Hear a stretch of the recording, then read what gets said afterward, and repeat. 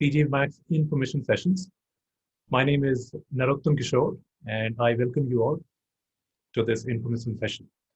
I'm an associate director at Indian School of Business. I take care of admissions for the PGPMAX program, and I, along with my colleague Smriti Gupta, she is also here, and both of us will be taking this session, and we will be trying to address as many queries as possible so that you get to know all the aspects of this program. And if you have to take a decision of whether to enroll or whether to apply to this program, I hope by the end of this session you should be able to take that decision. That's our objective. We want to let you know all the features of this program and what does it take to take admission into this program. We will be talking about that aspects in this information session.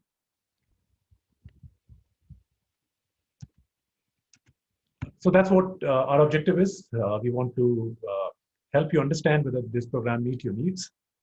With the kind of format this program has, it is built for people who are working, people who are experienced people, and this program will help you understand whether it fits to your requirements of pursuing an executive MBA program.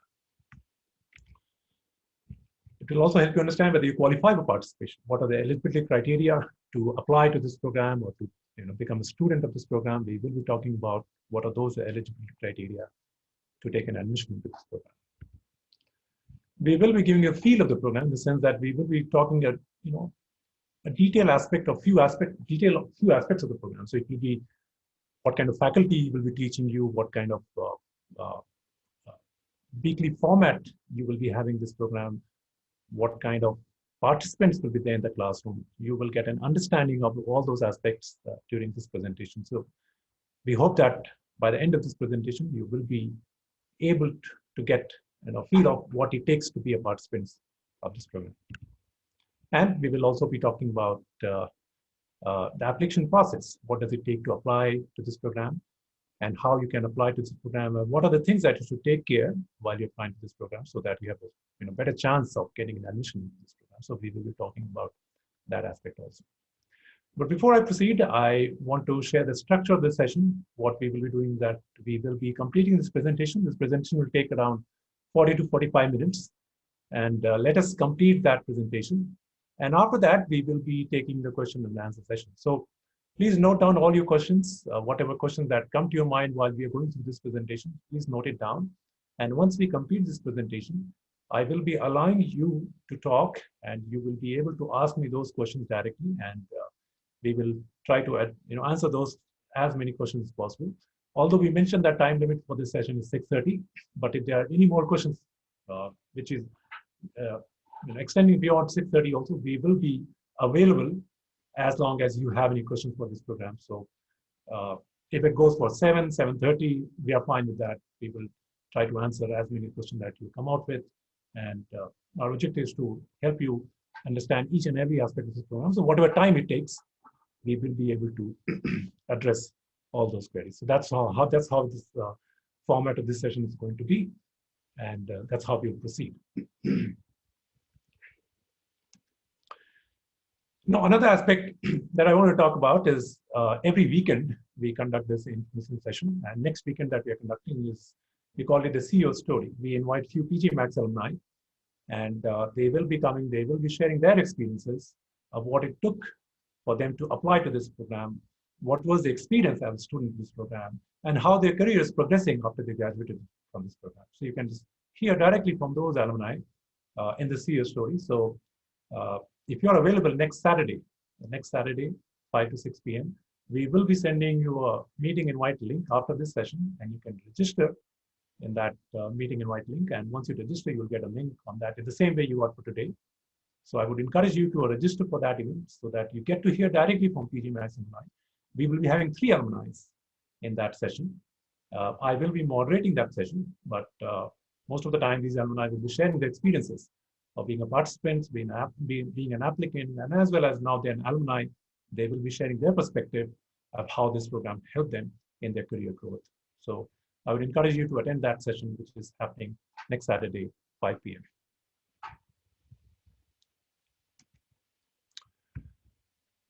Now, in the year 2016, World Economic Forum, they came out with a statement. They said that Industry 4.0, what they call it, this this era, they call it Industry 4.0, which is fourth industrial revolution.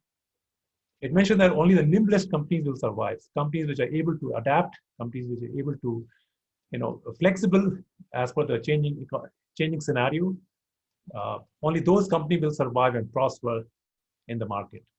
And it also said that people who continuously re-educate themselves, they continue to find jobs, because this economy is changing so fast that it has become important for all of us to keep ourselves educated, keep ourselves skilled all the time, so that if anything that is technology that is coming out with new skill sets, it is important for all of us to acquire those skill sets, and that will help us keep ourselves relevant to continue having jobs in the market. So that's what the World Economic Forum says. So which essentially what it meant is that the lifelong learning should be a constant companion.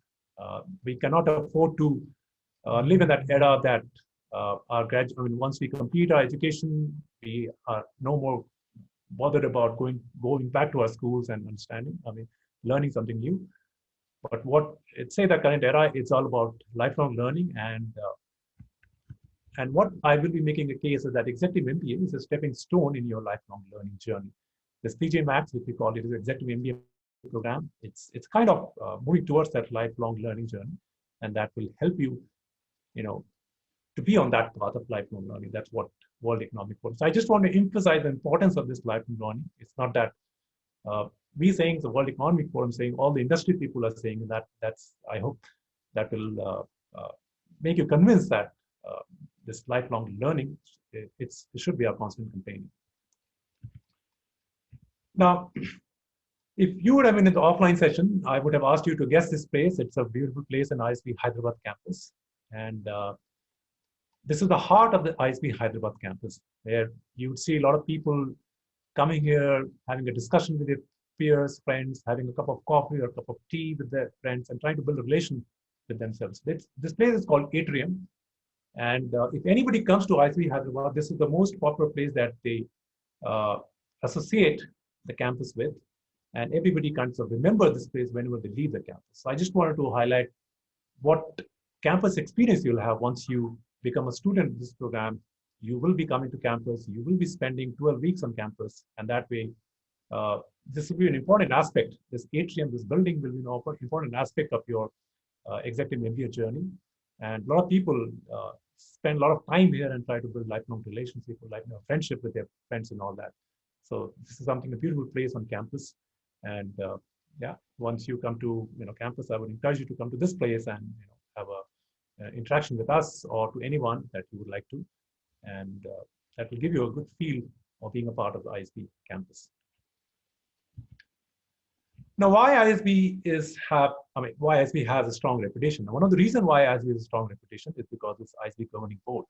If you see the ISB governing board, these are just few of the ISB governing board members that are there. And they help us keep a quality of this program. They help us, they guide us, they support us in whatever quality that we are trying to maintain. And this governing board is one of the important aspects that why ISB is able to maintain the quality, maintain the brand, maintain the reputation.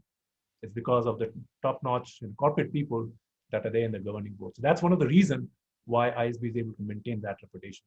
And why I wanted to emphasize this point is that, let's say you want to explore some other business schools, I would encourage you to look at the governing board. Who are there in the governing board of that particular school? Because if they are the famous people, the corporate people, senior people in the governing board, that augurs well for that institution, because these people kind of guide and mentor us of how to keep the quality of this institution, or how to keep the quality of this program at a top level. And that's one of the reasons why ISB is able to maintain that reputation, quality, and the brand in the market, is because of the governing board that we have. So that's one of the important aspects of ISB having that strong reputation in India as well as outside India. Another reason why ISB is able to maintain that brand reputation is because of academic partnership. We have partnership with Kellogg School of Management, with Wharton School, with MIT, London Business School, and Fletcher School. And again, these schools help us design a curriculum. Whenever we launch any particular new program, these schools, the faculty of these schools help us designing the curriculum, design the course content. And that's how whatever course content we try to teach to our students of this program, of not only PGMAX, but also other programs.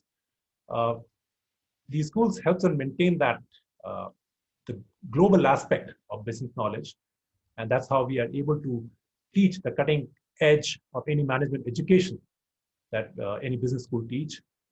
Because of this partnership, we are able to maintain that the course curriculum and the quality that ISBs are able to offer that. So that's another important aspect that you should consider when you are, again, exploring different business schools, what kind of academic partnership those business schools have, because the kind of this academic partnerships kind of helps us maintain that maintain the quality of the course curriculum. So that's another aspect that you want to take note of if you're exploring some in other business schools. And third thing that ISB is able to maintain that accreditation is because of this state-of-the-art infrastructure. Now, ISB being it's a young institute. It was founded in the year 2001. That's when the first class started. And the advantage of being a young institute is that we have the state-of-the-art infrastructure. The building that you see in this picture is a library. We call it LRC Learning Resource Center of the campus. And if you ever come to the campus, this is another beautiful place on campus where you see 24 hours people, in this place and either studying or interacting with their friends and all that. So that's another important aspect of ISB is that it has a state-of-the-art infrastructure, and we are able to maintain. Whatever changes that is happening in the environment, we are able to adjust to that environment. Because and the perfect example is the COVID scenario that we are facing. Because of the COVID scenario, we have been able to adapt ourselves well, and we are able to offer online classes to our full-time MBA students at present. And all because of this infrastructure that we have that help us, adapt to the situation that we are currently facing.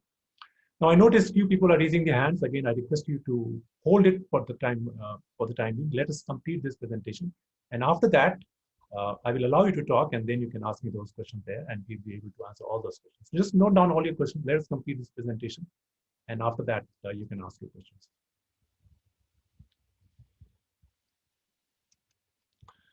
So what are you getting into? What kind of features that PGPMAX program has? So let me talk about a few features of the PGPMAX program. It's a class of 70 students. It will be just one class, whether it's Hyderabad campus or Mohali campus. It's just one cohort every year we take, and this one cohort has only 70 students, maybe 70 to 75. And the format of the program is such that you have to come on campus for a week. You stay on campus. You complete few courses during that 1 week. And then you go back and you come back after every 5 to 6 weeks again. So it's a 12 weeks program, and this 12 weeks spread over 15 months. Right? So 1 week you come here, you complete few courses, then you go back, and after 5 to 6 weeks, again you come back, stay here for another week, and then again you go back, and that's how you complete those 12 weeks. And in those 12 weeks, you complete this program. And these 12 weeks spread over 15 months. So the program starts in the month of August 2021, and it will go on till November, December of 2022. So that's the duration of this program. So by the end of November, December 2022, you will complete this program if you start in August 2021. So that's how the duration of the program is. Now, in this 12 weeks, we teach 12, basically there are 12 modules. 1 week is one module, and in each module, you complete 2 courses. I will be talking about those courses in the later part of the presentation. So 1 week, you will be completing 2 courses, and that's how over the course of 12 weeks, 12 modules, you complete 24 courses. There are 24 courses that will be taught as a part of this program. And again, why I'm emphasizing the 24 courses is that, again, if you're comparing any executive MBA program, just try to go through the courses, how many courses they are teaching, because 24, that what ISB teaches as per the standard global norms. A lot of global executive MBA programs teach 22 to 24 courses. So that's I want to emphasize how many courses that you'll be learning while you're going through this program. And then there's the international modules also. Now, what is international module? It's a kind of international immersion where you spend a week in 2 different locations outside India. So 1 week you'll be spending in the USA. You will be spending in the Wharton Business School, and you'll be completing 2 courses at the Wharton Business Schools. You'll be taught by faculty of Wharton Business School during that 1 week. So that's one part of the international immersion. And then there's a second week that will be in Asia. Now, So far, till last year, the Asia leg used to happen in Seeds, China. But because of this COVID scenario, probably China may not happen. But we will have another international immersion either in Singapore or Hong Kong or any Southeast Asian country. So that's definitely going to happen. So there'll be two international immersion. One will be in the USA at Wharton Business School, and second will be in Asia. It can be either Singapore or Hong Kong, and you will be studying at the top business schools of that particular country. And again, the courses that will be taught by the faculty of that particular business schools. That's what international immersion will happen. And you will not only learn from the faculty of that particular business school, you will also interact with corporate people and entrepreneurs of that particular country, and you will try to get a feel of that culture, of that economy, of that particular country and that region. So that's what will be happening in the international modules. So that's an integral part of this program, that it's mandatory that people have to go to USA, people have to go to another Asian country and complete a few courses over there. And the core themes of this program is strategy and leadership. Now, it is not specialized towards any particular concentration. I mean, it's not focused toward any marketing. It is not focused toward finance or operations. It's a general management program. It helps you develop your strategic thinking skills, and it helps you develop your leadership skills. That's what the focus of this program is, to have a knowledge of each aspect of different business functions. So it can be you'll have knowledge of, let's say, finance, you'll have knowledge of accounting, you'll have knowledge of marketing and operations. All kind of courses will be taught as a part of this program. And again, the focus, as I said, is to develop your strategic thinking skills, to develop your leadership skills. So most of the courses that will be taught will be catered towards achieving these two objectives of developing the strategy as well as leadership skills. So what are the courses that will be taught? Here are the few names of the courses that will be taught. The courses that are highlighted in blue color that will be taught on campus in India. So basically, if you go to ISB Hyderabad campus or even ISB Mohali campus, the courses that are highlighted in blue color, they will be taught in India. And the courses that are highlighted in golden color, those courses will be taught in the international immersion component. Now, here are another few courses here. The courses that is highlighted in blue color that will be taught in India at ISB Hyderabad or Mohali campus, and the courses that will be that is highlighted in golden color that will be taught in international immersion. So here you see the golden color courses like corporate strategy, mergers and acquisition, and competitive marketing strategy. This will be taught in the Wharton Business School by the faculty of Wharton Business Schools over there. So that's what will happen. And similarly, the courses that you see here, global strategy and organization and innovation and entrepreneurship, this will be taught in the Asian International Immersion Legs. The faculty of the Asian International School that you'll be going to, those faculty will be teaching. Now, what will be taught in these courses? The detailed curriculum of each of these courses is there on the website. So if you go to the PGPMAX website, you will be able to get a detailed understanding of what all topics will be covered under each of these courses. So if you're interested to know more about what particular things will be taught, let's say in decision making under uncertainty, I would encourage you to go to the website and see what all topics will be covered in that. So that will give you basically a better feel of what you will be learning once you become a student in this program. So I would strongly encourage you to go into the detail of each of these curriculum and try to understand what all topics will be taught under each of these courses. As I said, there'll be two international immersions. This is an integral part of this program. You will be going to two locations. One will be in Asia and one will be in USA at Wharton Business Schools. This is the class that the class of 2019 and class of 2020 who visited in Seeds, China. That is one. So Seeds, China, they visited last year before the COVID-19 strike. That's when they went there last year. And this the Wharton Business School, the class 2019 class, they went to USA.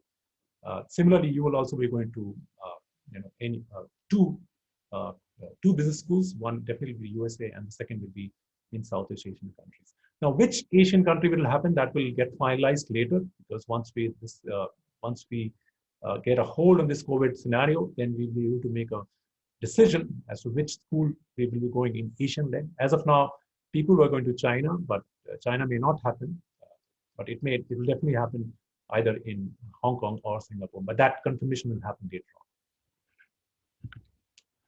Who will be teaching you? Now, these are the top faculty who will be teaching you on campus in ISB. Now, These faculty have been teaching every year. They are coming from different business schools to ISB Hyderabad campus or to Mohali campus, and they teach at ISB campus in a classroom setting. So the unique aspect of this program is that you not only learn from faculty at ISB, but you also learn from top faculty of different business schools across the world. Bruce Allen is a top business faculty at the Wharton School. Similarly, Sunil Chopra. I mean, if you interact with few of the PGPMAX alumni, they would talk about Sunil Chopra's classes. They would talk about Prashant Kali's classes, who teaches strategy course, and he comes from Rice University, and then he comes on campus and teach. So that's another unique aspect of this program, is that it's not a resident faculty who will be teaching, it's a visiting faculty. Around 75% of the faculty will be visiting faculty. They will be coming from different business schools across the world, and they will be coming and staying on campus and teaching you on campus in a classroom setting. And being a PGPMAX students, since PGPMAX students are the most experienced students in the class, the kind of faculty you get is very experienced, they're very qualified, they are top-notch experts in their own research field and all that.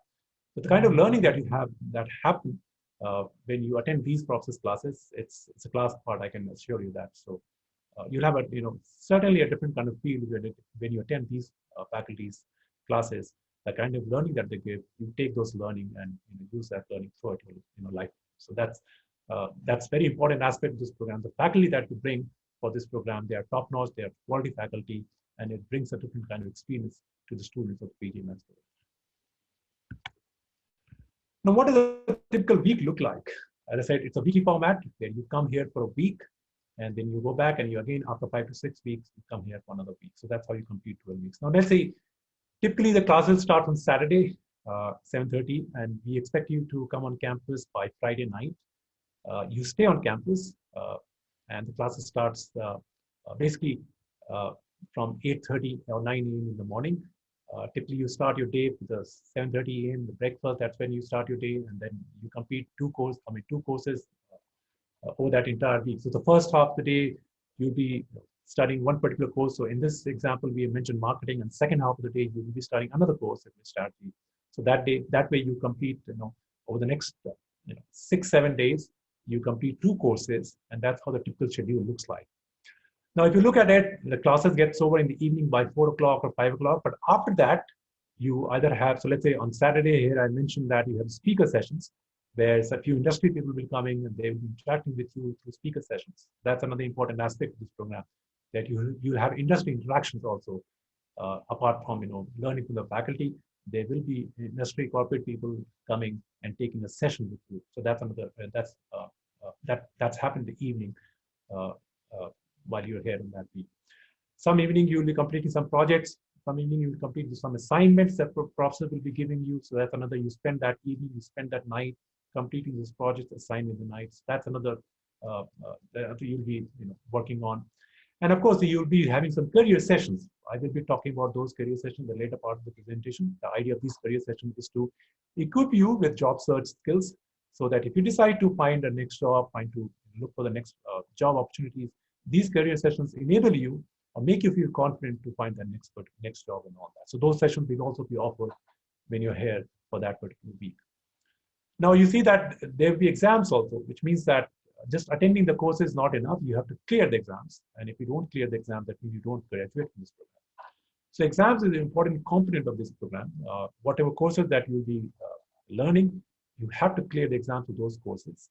And only when you clear the exams of these courses, you graduate from this program. So there'll be exams for each of these courses that you're learning. That's another important component of this program, that people have to, they just don't come and attend the classes, but only when they clear the exams, they graduate from this program. So that's another thing that I want to talk about.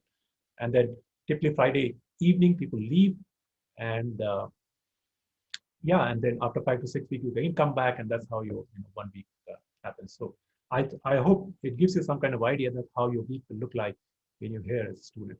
And as I said, the important aspect of this weekly schedule is that you get to stay on campus. And when you get to stay on campus, all 70 of you, all 75 of you will be staying in one particular student village, and you will be working on those projects together. You will be having dinner, you will be having lunch, you will be having all this breakfast together, and that way you will be able to build those lifelong relationships with your friends when you stay on campus. And that's another important aspect that I'm going to talk about. Have that campus experience.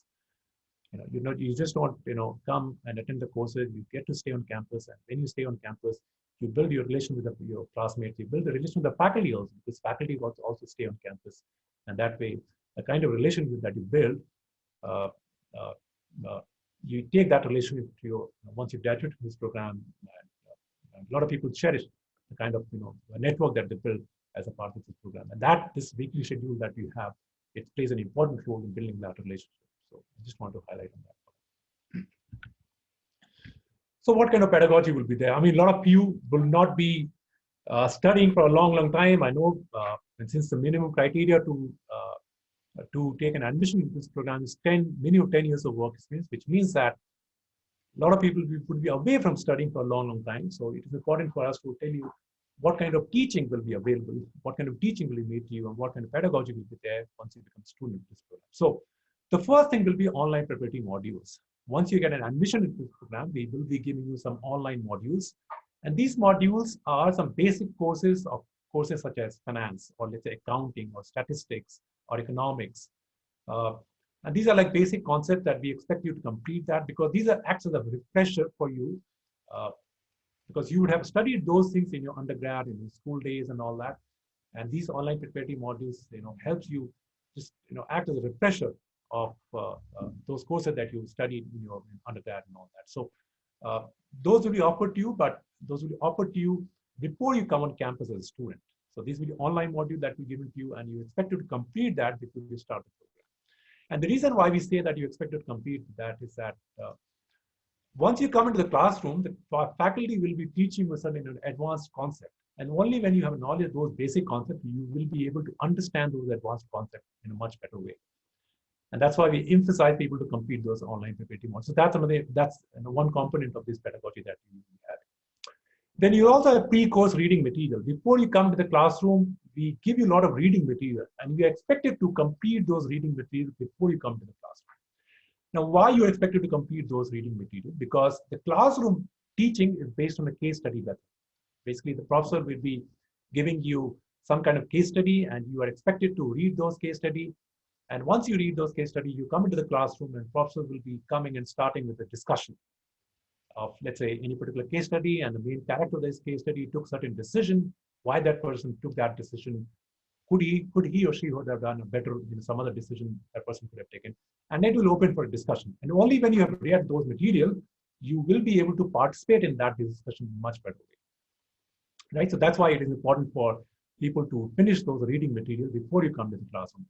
Now, if you don't finish those reading material before you come to the classroom, when professors start with the case study method, you will not be able to contribute also, or you will not be able to understand also what the professor is teaching. So that's another important, as I said, you need to finish those reading materials, because the classes that will be taught will be the case study method. Most of the classes will be case study method, and you'll be expected to discuss. You're expected to contribute in that discussion as a student. So that's what will happen when you come in this class with a student.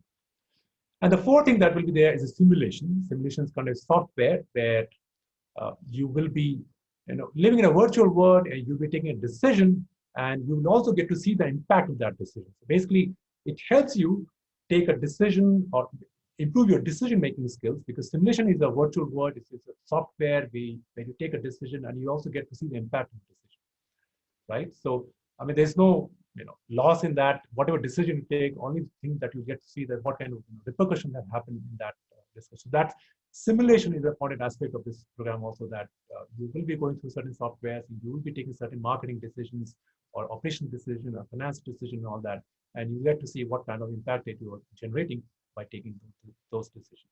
So that, again, the idea is to help you improve your decision-making skills, and that's what this simulation exercise does that. So, so I hope it gives you some kind of idea that what kind of pedagogy will be there. Now, a lot of people would feel nervous, uncomfortable. Oh, I've not been studying for a long time, so how can I manage this thing? But I can tell you that a lot of people, most of them, feel similar kind of scenario, similar kind of situation when they come to the classroom.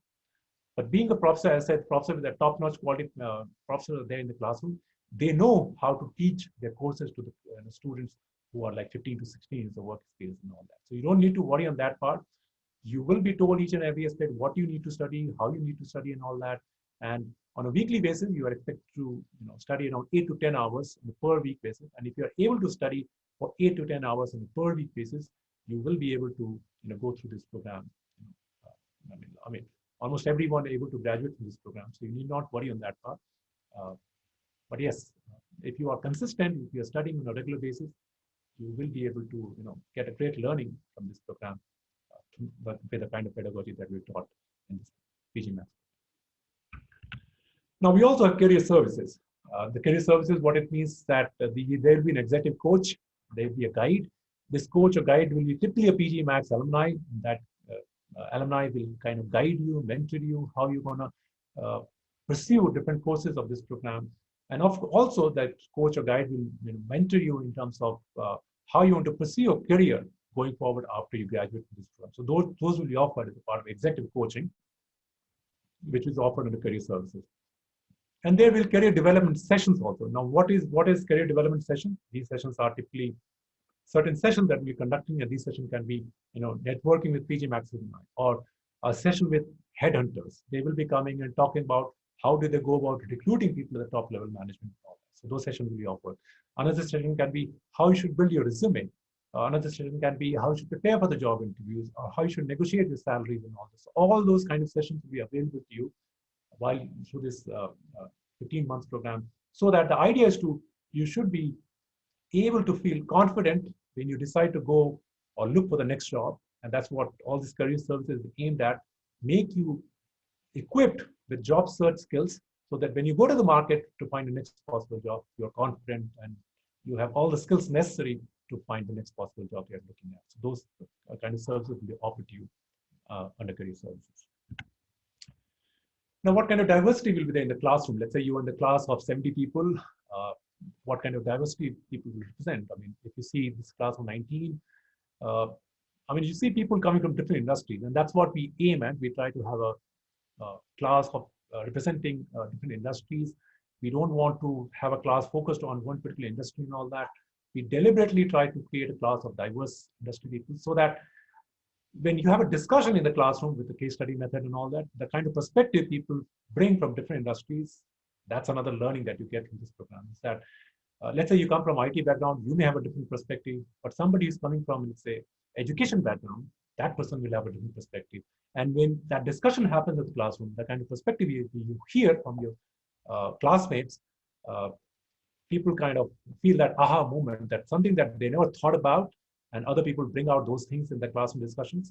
And that's where industry diversity helps you, get that peer learning, or they get your, learning from your classmates and all that. So that plays an important role, this diversity. Why diversity is important? Because you have this diverse set of experience, diverse set of people coming and sharing their perspective, and you get to have a great learning of what different industry people think and how they think in different way and all that. So that's something you will experience once you become a student of this class.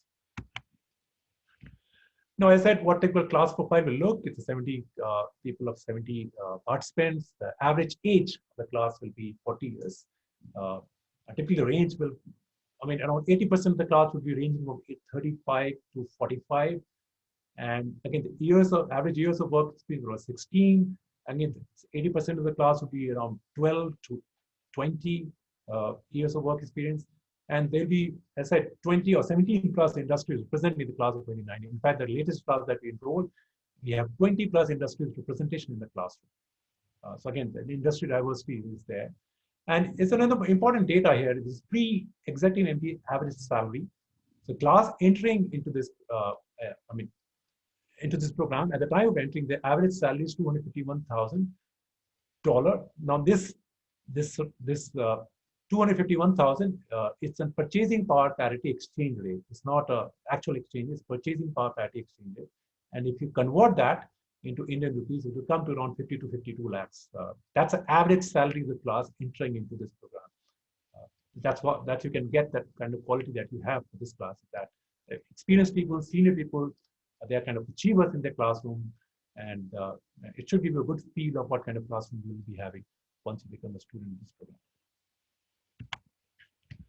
No, as I said, the 16 years of work experience on average, but let's see what kind of demarcation is there. People from 10 to 12 years of work experience, there are like 13% of the people coming from 10 to 12 years of work experience. There are 12 to 14 years of work experience. There are 20 plus years of work experience people also, like 13% of the class having 20 plus years of work experience. So I just want to give you this picture is that no matter wherever you fall into in these categories, you'll have a good representation of that work experience from whichever category you're coming from. And I wanted to highlight this part of 10 to 12 years. A lot of people feel apprehensive that, oh, I'm a 10 years of work experience. Will I fit into the classroom? But this data should give you that idea that whether you're 10 years of work experience or whether you are 21 years of work experience, it should give you the idea that what kind of representation the class will have, how many people you can expect with the kind of work that you will be coming in. So it should give you, although we say that 16 years of work experience on average, but you see, it's just an average number. There's people from 10 years of work, people from 25 years of work experience also in the classroom. And this data should give you a good idea of what kind of representation you have for people coming from different kind of work experience. Again, I noticed a few people raise their hands. Please hold on. I will take on all those questions at the end of the session. Now, what kind of career impact that you will get once you graduate from this program? Now, in the year 2020, The Economist magazine conducted a survey of PGPMAX students. It's an ISB students. They conducted a survey as a part of their executive MBA ranking. They conducted a survey of PGPMAX students and alumni. And there are the findings of those survey that Economist magazine came out with. It said that 80% of the alumni were either promoted or they were able to grow their company within 2 years after graduation. People who graduated from this program within 2 years, 80% of the class were either promoted or they're able to grow their organization. That's one data that Economist gave. It's a PGPMAX alumni data, PGPMAX students data. I just want to highlight that part. What kind of percentage increase on the salary happens, at the time of graduation? Again, the Economist magazine said that by the time they graduate from this program, their average salary increased by 40%. And 2 years after graduation, their salary increased by 63% as compared to their pre-EMBA salary. Right, so that's another data. And they said the average salary of the most recent graduating class is $352,000 US. Again, it's a purchasing power parity exchange rate, and if I convert that into Indian rupees, it will come around 75 lakh rupees. That's the average salary of the most recent graduating class of this program. So that's again, it's not that ISB conducted this survey. It's the Economist conducted this survey, and the more detail of this survey you can go to the Economist EMBA ranking, where ISB was placed 43rd rank in the global executive MBA program.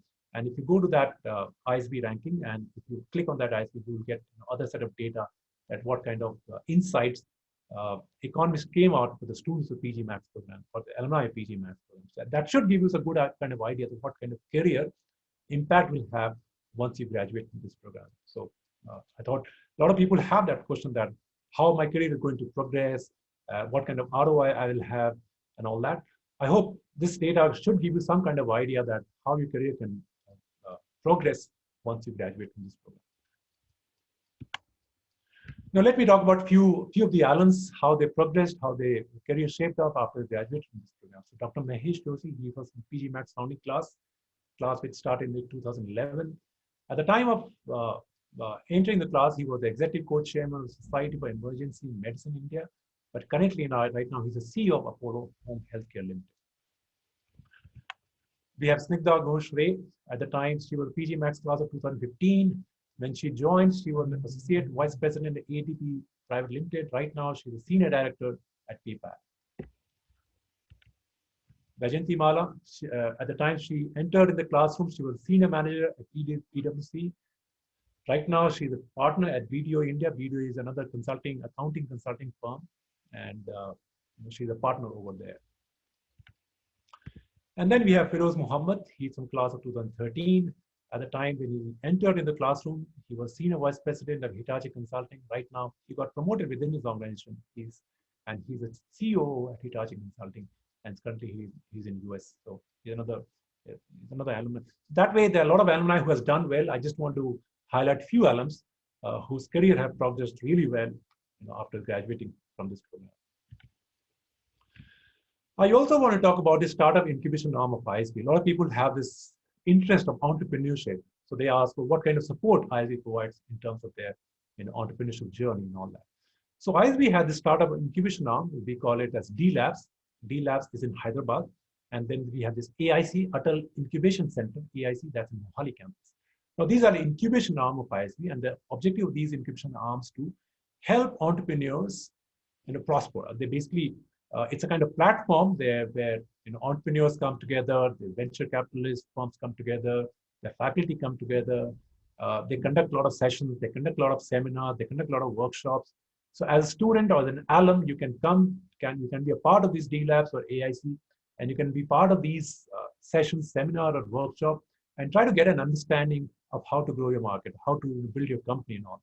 That support is there as a part of the startup incubation arm. Now, as a student, it may be difficult for you to participate in the startup incubation arm because you will be busy with the courses of PGPMAX program. But once you graduate, you become an alum and you have this access to these D Labs and AIC as an alumni. And of course, once you come into this platform, you get to interact with a lot of different entrepreneurs. You get to interact with a lot of venture capitalist people. You get to interact with faculty also of ISB.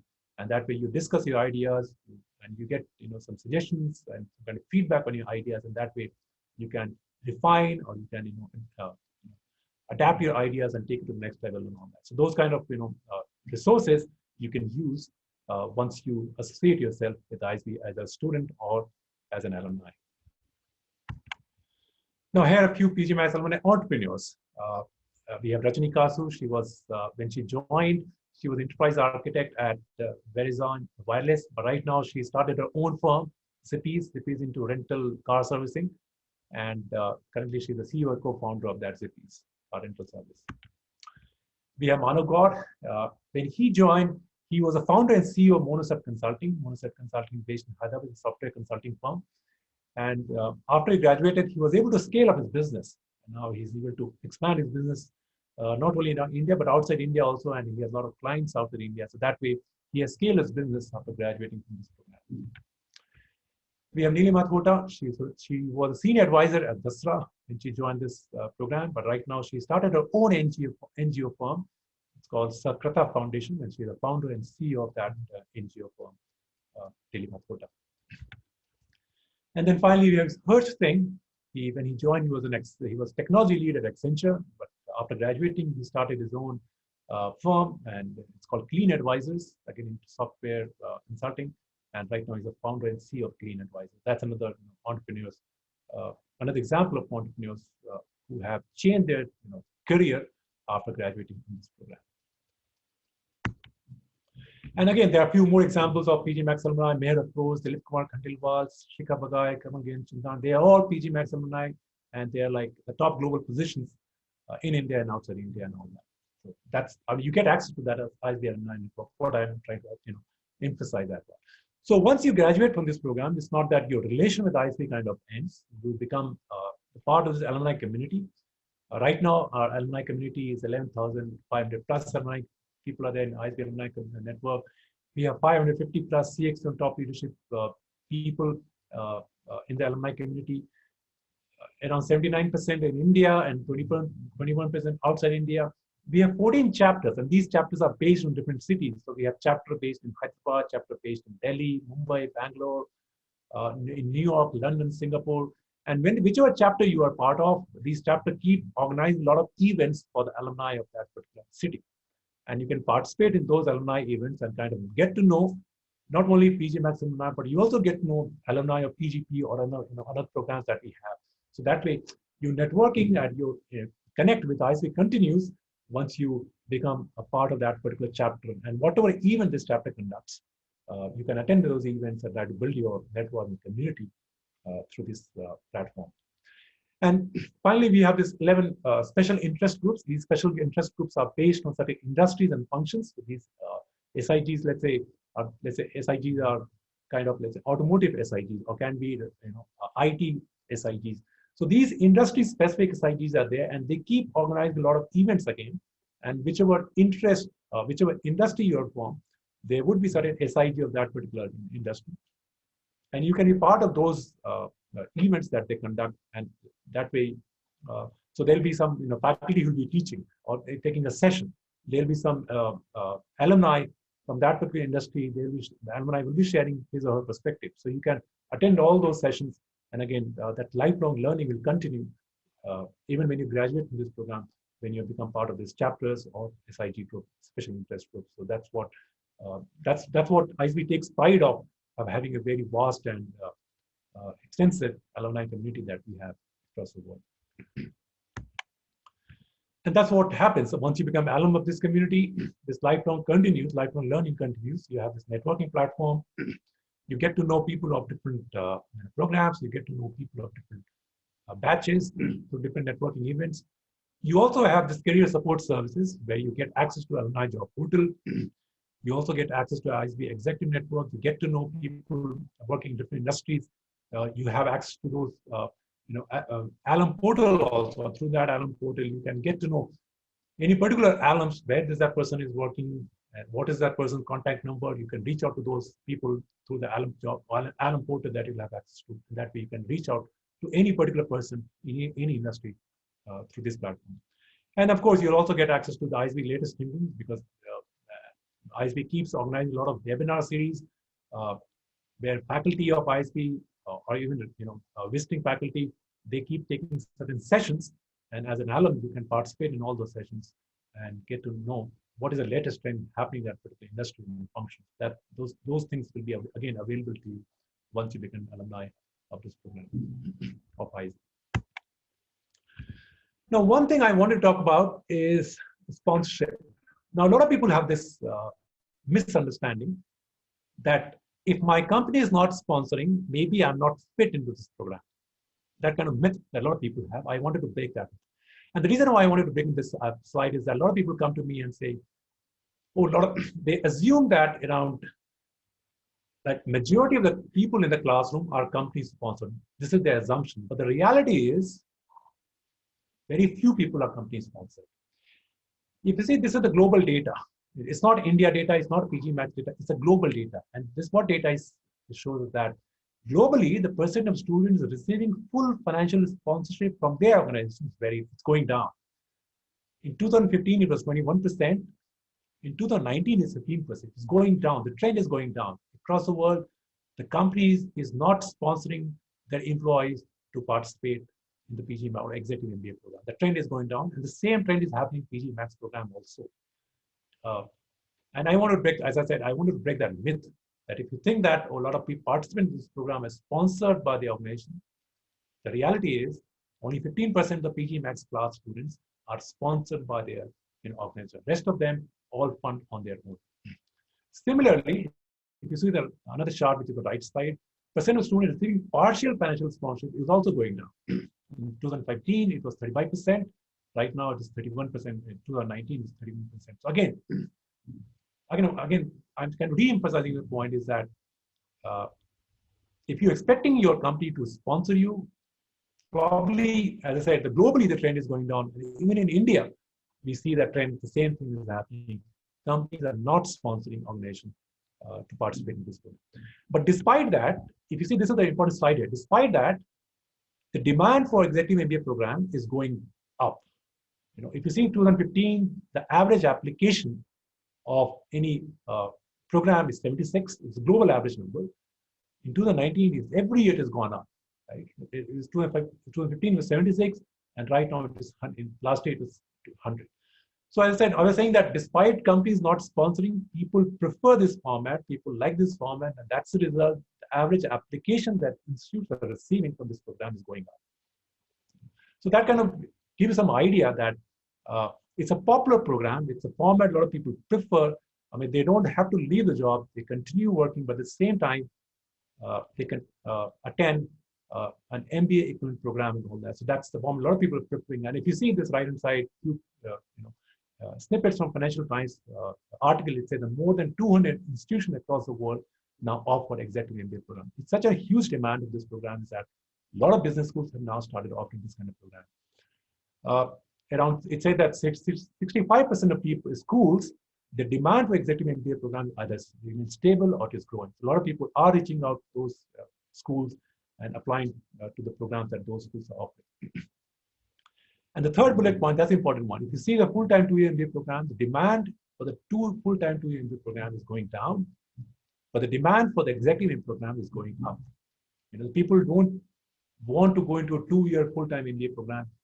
The demand is going down, but it's opposite is happening for the executive MBA program, where people prefer to work as well as study, and such format, the demand for such format is going up. So that's, again, Financial Times came out with that insight. I thought I should share that because it should give you some kind of confidence that if you are thinking to enroll into this program, probably you are thinking the right way, because a majority people across the world are thinking the same. A lot of people are enrolled in this program. They like this format much better because they know that the kind of learning that they're having in the classroom, they can instantly apply those learning when they go back to their workplaces and apply those learning in the workplaces. So that's a trend that's happening. And again, another survey that Financial Times conducted, and it again reached out to a few alums of executive MBA program. It said that nearly 2 out of 3 alumni are very likely to recommend an executive MBA program to any new prospects. Right, so it's a survey that they conducted, and they asked people that how likely they are going to recommend this program to a new prospect. Around 80% they said they are very likely, they are strongly recommend people to go for this executive MBA program. So so alumni had a great experience from this program, and that's why they say they would strongly recommend any new prospect who want to enroll in this program. So that's kind of another trend that we would like to see here. And if you see the EMBA graduates, despite this pandemic pressure, despite this COVID-19 scenario, the percentage salary of executive MBA graduates has gone up as compared to 2019, and the percentage salary has gone up by 12%. So again, inside this survey that they conducted in July 2020. In July 2020, when the pandemic was in full flow, that time they conducted survey, and even by that time, the EMBA graduate salary had gone up 12% as compared to last year. And this is something, the second point is important for PGPMAX. This year has been great for us. The kind of queries, that kind of inquiries that we have received for this program, it is 130% more than what it was last year. In 2019, the kind of queries that we received, and in the year 2020, that the queries that we received, the number that we received is kind of extraordinary. It's like 130% more number of queries that we received this year. So again, this kind of emphasizes that a lot of people are looking for this kind of program, and they believe that going through this program can help them become a better professional, or they can impact their career in a positive way. So that's why this kind of data kind of emphasizes that this executive MBA or PGPMAX program, a lot of people are looking for this program, and if you're thinking that direction, probably you are right in thinking of that on that line. Now, I wanted to touch upon this few more slides. Now, as I said, ISB is not the only one who offers executive MBA program. There are other business schools in India, outside India, who offers executive MBA program. But what are the factors that you should consider when you're trying to evaluate which program to go for, right? So the curriculum, you should look at what kind of courses you will be teaching. Second is that you should look at the school brand, what kind of brand that you'll be associating yourself with, because this brand plays a very important role. Whichever executive MBA program that you go with, you carry yourself with that school brand, and that is there. The brand is there for your lifetime. So that's another important aspect that you want to consider. Campus experience, that's another important that you want to do, because you want to have a different kind of experience. Maybe you come and stay on campus, you interact with your friends, you interact with batchmates, you interact with the faculty. That kind of experience that you have, it's I mean, you remember that experience, and lifelong you take that experience, and you always have a pleasant experience coming on campus and attending this program. Then again, network. What kind of network you build? Who are there in the alumni community? Are they the top-notch people in the alumni community? Because once you graduate from this program, it is the biggest source for you to get to know any particular people in any industry. And if they are like strong alumni community of that particular programs, that way the access to that particular community or access to that particular industry increases if you have a strong network. So that's another thing that you want to consider. Faculty, who will be teaching you? Are these the resident faculty? Are they the visiting faculty? Because these faculty will have a very important role in your overall experience. The kind of learning that you have The faculty plays an important role. So you want to understand who's teaching in that particular program. And finally, the career services. What kind of career services will be offered to a participants of this program? Because you would be coming to make an impact to your career, right? So you should definitely look for what kind of services schools are offering, because it will have an impact of what kind of career what kind of journey you take after graduating from this program. So these are the factors I just want to highlight that you want to consider when you're doing your research. And after you do this, these are the 6 important factors, and probably that will help you get out an answer that which school is better suited to you and where you should go to pursue your executive MBA program. Now, I want to talk about this funding and scholarships. It's an expensive program. It's not a inexpensive one. So we have this tie-up with bank loans. Banks, they offer loans, and they offer loans at a better rate than the market rate. So once you, let's say, get an admission offer into this program, you can reach out to us and we can connect you to these banks and they can offer you loans. And just on the basis of your admission offer, these banks are ready to give you some kind of loans for this program. So this loans amount would range from 75% to 100%. Some banks are willing to give you 100% of the program tuition fee. So that the loan part will be taken care of. You don't need to worry on that because ISB has tied up with few banks. In fact, SBI has recently also confirmed giving loans to PGPMAX students also. I need to add this SBI. So it happened just 10 days back. So SBI is also one of the banks that will be giving loans to people who want to enroll in this PGPMAX program. Now, we also have scholarships. As a participant, you can apply for scholarship, and there are different criteria. There are different categories, which category you want to apply as a scholarship. So the people coming from Indian Defense Service professionals, they can apply for scholarships. Senior executives of PSU or government sectors, they also apply for that category. Any senior executives from NGO or social sector, or women executives, entrepreneurs. And then finally, if you're not falling into any of these 4 categories, then you can apply under merit-based scholarship. And you have to make an application, and your application will go to the committee, and the committee takes a decision who gets a scholarship. Now, the scholarship amounts will range from 10 to 25% of the program fees.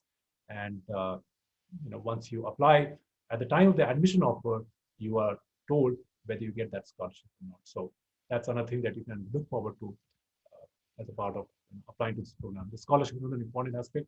You may want to apply for that at the time of application. So what is the deadline? We just finished our round 1 deadline, and we had a tremendous response in our round 1 deadline. What we expected, we got more than our expected application in the round 1 deadline. And round 2 is coming March 21st. That's a round 2. That will be the final deadline. And I mean, it should not stop you. If you, let's say, if you're convinced about applying, maybe you can start applying even now.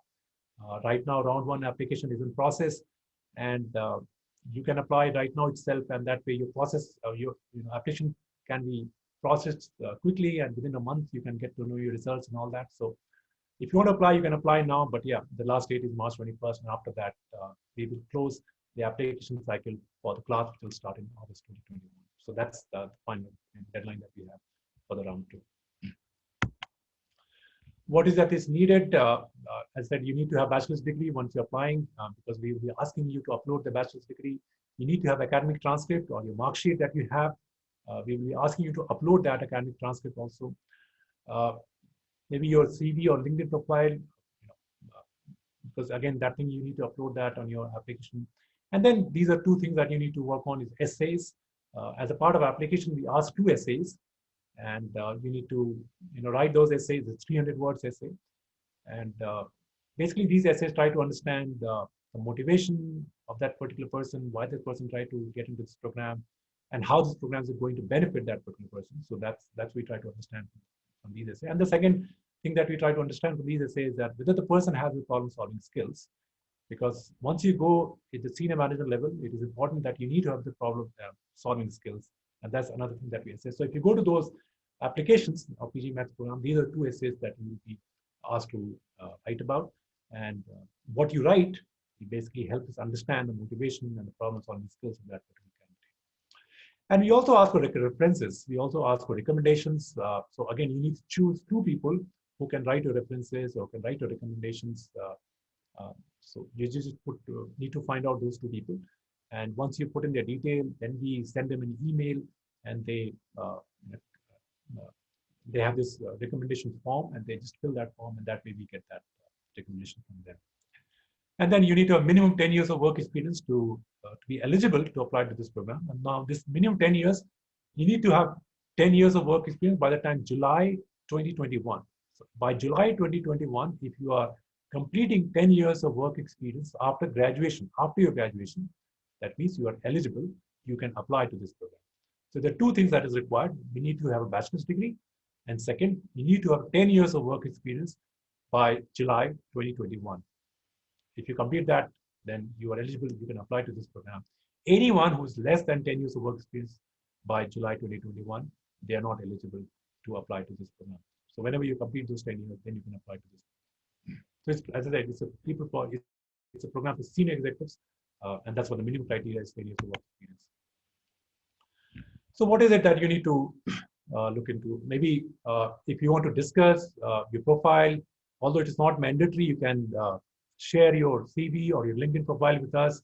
You can have a discussion with us. We can help you, guide you how you can make your application strong. So if you want to have some feedback about your profile, if you want to have feedback about your designation, all that, you can reach out to us. We can give you our suggestions, because we know what does it take to build a strong application, and that's how we would strongly encourage you to reach out to us and take some feedback, because if you take our feedback, you can build your application in a strong way, and that way you can strengthen your chances of getting an admission from this program. And another thing that you need to do is find your references. Now, this is the trickiest part. This is finding your references. Who can be your references? Who can write your recommendations? So these references can be your current supervisor. It can be a previous supervisor. It can be a professional colleague. Somebody who knows you well professionally, that people can be your references. So once you find your references, you can put in their details on the application form, and then we can send them a recommendation form from our side, and they can write your recommendations. So that's another thing that you can. Once you've started the application, you can. First thing that you should do is that just find out who would be your references, and just put in their details, and you can send them email from us. And then finally, yes, start application. That's a link, pgmax.isb.edu/user/. If you go, you can start your application. You can start filling the application. And at any time you have any queries about the application, you can reach out to us. So I will be sharing my contact details. I will be sharing my colleagues' contact detail. You can reach out to us and take our suggestions, take our feedback, because a lot of people do that, as I tell you. A lot of people take our suggestions. That way they are able to, make the application strong, and they have, they get a good chance of converting that into an admission. And this is how your days, the graduation day will look like. Once you graduate from this program, you will be, participate in the graduation ceremony. And yeah, for some people, they would have find a new job. Some people would have promoted in the organization. Some people would have built lifelong friendship with their friends, with their classmates, and all that. So everybody has a different kind of results at the time of the graduation. But all of them come together and they celebrate in this graduation ceremony. So that also you can look forward to after you graduate from this program. And once you graduate from this program, your relation with ISB does not stop. You become a part of this PGPMAX alumni network. And yeah, so these are all our PGPMAX alumni. And every year they come on campus and they participate in a 2-year alumni events of the PGPMAX alumni community. They come together, and your association with ISB continues even when you become an alumni of this program. Because that way you get to know other alumni of this program, and that way you build your relation, build your network, and that network helps you a lot in your career growth post the graduation. So this is our contact detail. My name is Narottam Kishore. My email ID Narottam_Kishore. Please note it down. It is _Kishore@isb.edu. And this is my phone number. My colleague Smriti Gupta, again Smriti_Gupta. It's not space, it's Smriti_Gupta@isb.edu. Reach out to us if you have any queries. If you have any questions, if you don't want to, now we'll have a Q&A session, but if you want to have a one-to-one discussion, this is the contact detail. And I would encourage you to, ask, reach out to us and take advice, take a suggestion. And that way, whatever queries you have, we are there to answer all those queries. So that concludes my presentation. So what I'm going to do is that I know a lot of people have queries. Let me see. Some people have typed their questions in their chat box. Some people have typed their questions. Okay, in the queue. Okay, so what I'm going to do is that please raise your hand and I will allow you to talk, and then you can ask your questions there, and I will try to answer those questions straight away right now itself. So Akriti Bhatia, she has raised her hand. So Akriti, I have allowed you to talk. So now you can unmute yourself and you can ask me a question, and I'll try to answer those questions. Hello, sir. Thank you for hearing me out. So, I'm a graduate student. I'm also doing CA. I have completed my intermediate level. I just wanted to ask that is in this program you need a 10 years experience confirmatively. So, is there also a program for us, students like us? And will you conduct a session for that also for the admission process? Right. So you're looking for full-time program or you're looking for executive MBA program? So, I'm open to both because Okay. Okay. I just want to take my career to a next level. Okay. So I think for you, the full-time program makes a lot of sense. We call it PGP. You go to our website, there's an ISB PGP program. It's a full-time program. It's a one-year program. You have to leave your job and all that. And uh, for that, you have to take GMAT, and the rest of the process remains the same. But you have to take GMAT, you have to get a good score, and yeah. So with the kind of profile you're coming, I would strongly encourage you to apply for PGP, and that's where you will fit into that program. So Akriti, the full-time program is better fit for you, and I would encourage you to go for that program. Thank you so much, sir. All right, thank you, Akriti. Yugantar, I have unmuted you. You can ask me a question. Yeah, hello. Thank you for the lovely presentation, Mr. Kishore. My question is, you mentioned that 10 years is experience is required. So I have that, but you also mentioned that there is a minimum salary bar that you need to earn around 55 lakhs or something. No. So I don't have that. So Oh, no, sorry. So that's not a eligibility criteria. The only two things that is needed. Uh, you need to have a bachelor's degree and you need to have minimum 10 years of work experience. okay. That's a profile of the class. The profile of the class is such that the average salary of the class, incoming class, is 50 lakhs. Just an indication that you get is that uh, in that class, the average salary of the people in that class will be 50 lakhs. Now, it does not mean that everybody will have 50 lakhs salary. There are people who have 15 lakhs salary also. There are people who have 3 crore salary also. You know, so that's how. I mean, there are like two extreme ranges are there. But if I have to take an average, if I take a median, it will come to around 50 lakhs. But as I said, it's not an eligibility criteria that we need to have 50 lakhs salary. It's just a profile that I'm sharing with that. The classroom will have an average salary of 50 lakhs. That should give a kind of indication that what kind of participants will be there in the class. That's my only objective of why I presented that data. But if somebody has 10 lakh salary, if somebody has 15 lakh salary, it does not stop them into applying to this program. If you have some strong, let's say, work experience, if you have some strong academic achievements, you still have a good chance of converting that into an admission of, because as I said in my presentation, I talked about people having 10 to 12 years of work experience. They constitute around 13% of the class. So people having 10 to 12 years of work experience, so they're also part of the class. So yeah, I mean, still, so to your question, it's not mandatory to have a 50 lakh salary. It's just a profile of the class. It's just for giving an indication that what kind of class you'll have once you become a student in this program. And since I'm at it, I want to ask one more question. This study tour to the US or any other the second country, during what months do they happen out of this 15 months? Yeah, so it will be in the month of, so as of now, till last year, it used to be in the month of June and August or September. That's what used to happen. But because this COVID scenario, we don't know which months it will happen. But it's definitely that these immersions will happen. The timing, the months may change only when this COVID scenario is in control and all that. But everything goes fine. Let's say by the class starts in August 2021. So most likely it will be in the May, you'll go to one school, and probably in the month of July or August, you'll go to a different international school. So that will happen in 2022 for your class, because in the May of 2022 or in August 2022, we'll go to these countries. Okay, thank you. All right, thank you, Yugantar. Sumit, I have allowed you to talk, so now you can unmute yourself and ask me a question. Yeah, hello, sir. First of all, thank you for such a nice introduction of your course and valuable inputs. So my questions to you have mentioned that you have two facilities. One is at ISB Hyderabad and one at ISB Mohali.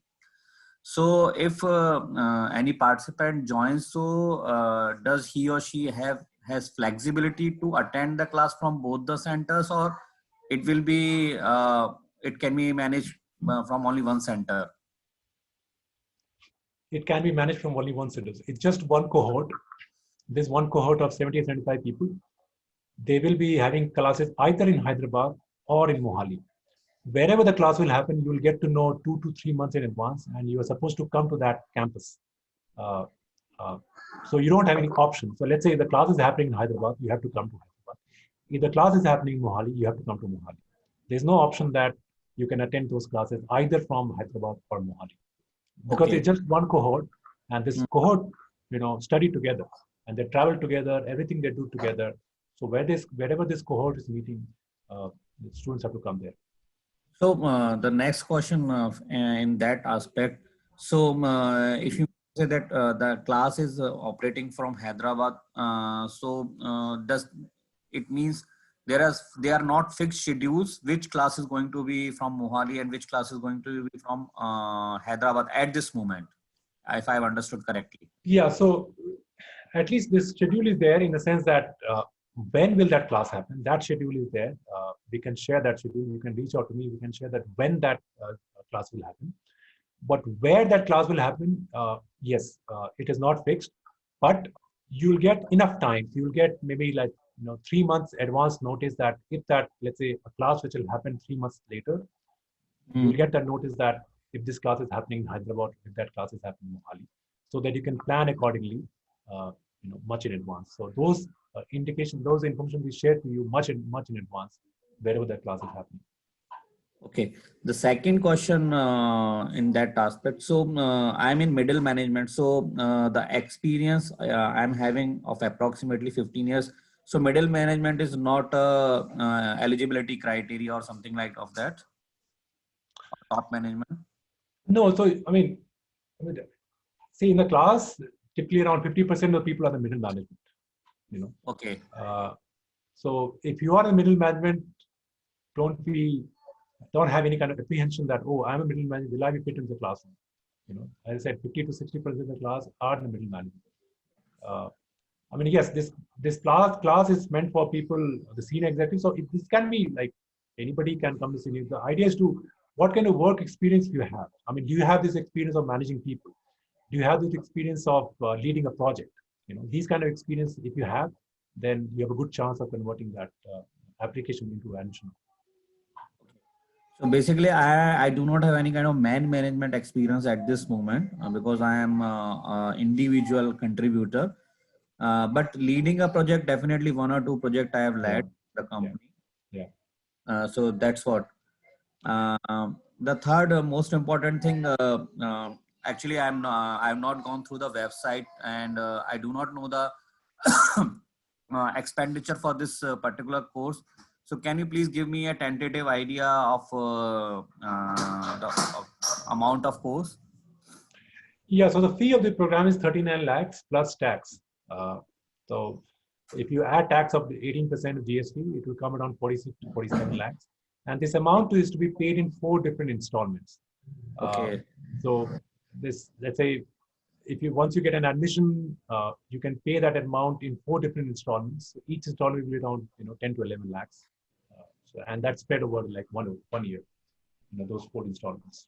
Okay, so this fees includes our international tour as well. This fees includes everything except your travel. So let's say you travel to Hyderabad, you travel to Mohali, that travel expense is not included. When you travel to US or when you travel to Asian country, that travel expense is again not included. But once you reach US, you have all these accommodation expenses, fooding, boarding, lodging taken care of by ISB. Only thing that you need to spend in addition to this fee is your travel expense. Okay. Okay. Thank you. All right. Thank you, Sumit.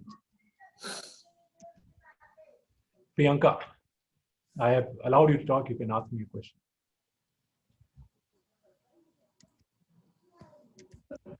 Priyanka Gupta.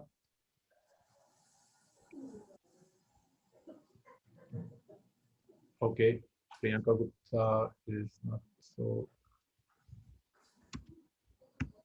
Biswa Bhushan Pradhan, I have allowed you to talk. Can you unmute yourself and ask me a question? Yeah. Hello, sir. So thank you for giving me the opportunity. Sir, actually, I am extremely sorry that I joined the webinar a bit late. So I have skipped some part. So my question is that suppose my experience is into, like, I have different backgrounds. Like I worked with some for certain period in a bank, in pharmaceutical sales. Now I am as a trainer. So my current job is that I am not into management. But yes, I am a trainer, so I have to like train on an average of like daily. I have to take sessions of around 200, 500 people like that. So do you think as per my current situation, I will be eligible for applying this?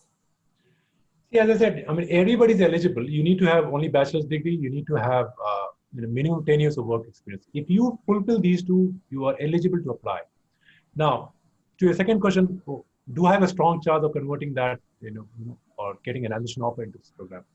So for that, maybe what you can do, you can share with me your resume, your profile, and let me go through your resume profile, and then maybe we can discuss one-on-one basis, and then I can give you certain tips, guidance of how you can build your application so that you can have a stronger chance of getting admission into the program.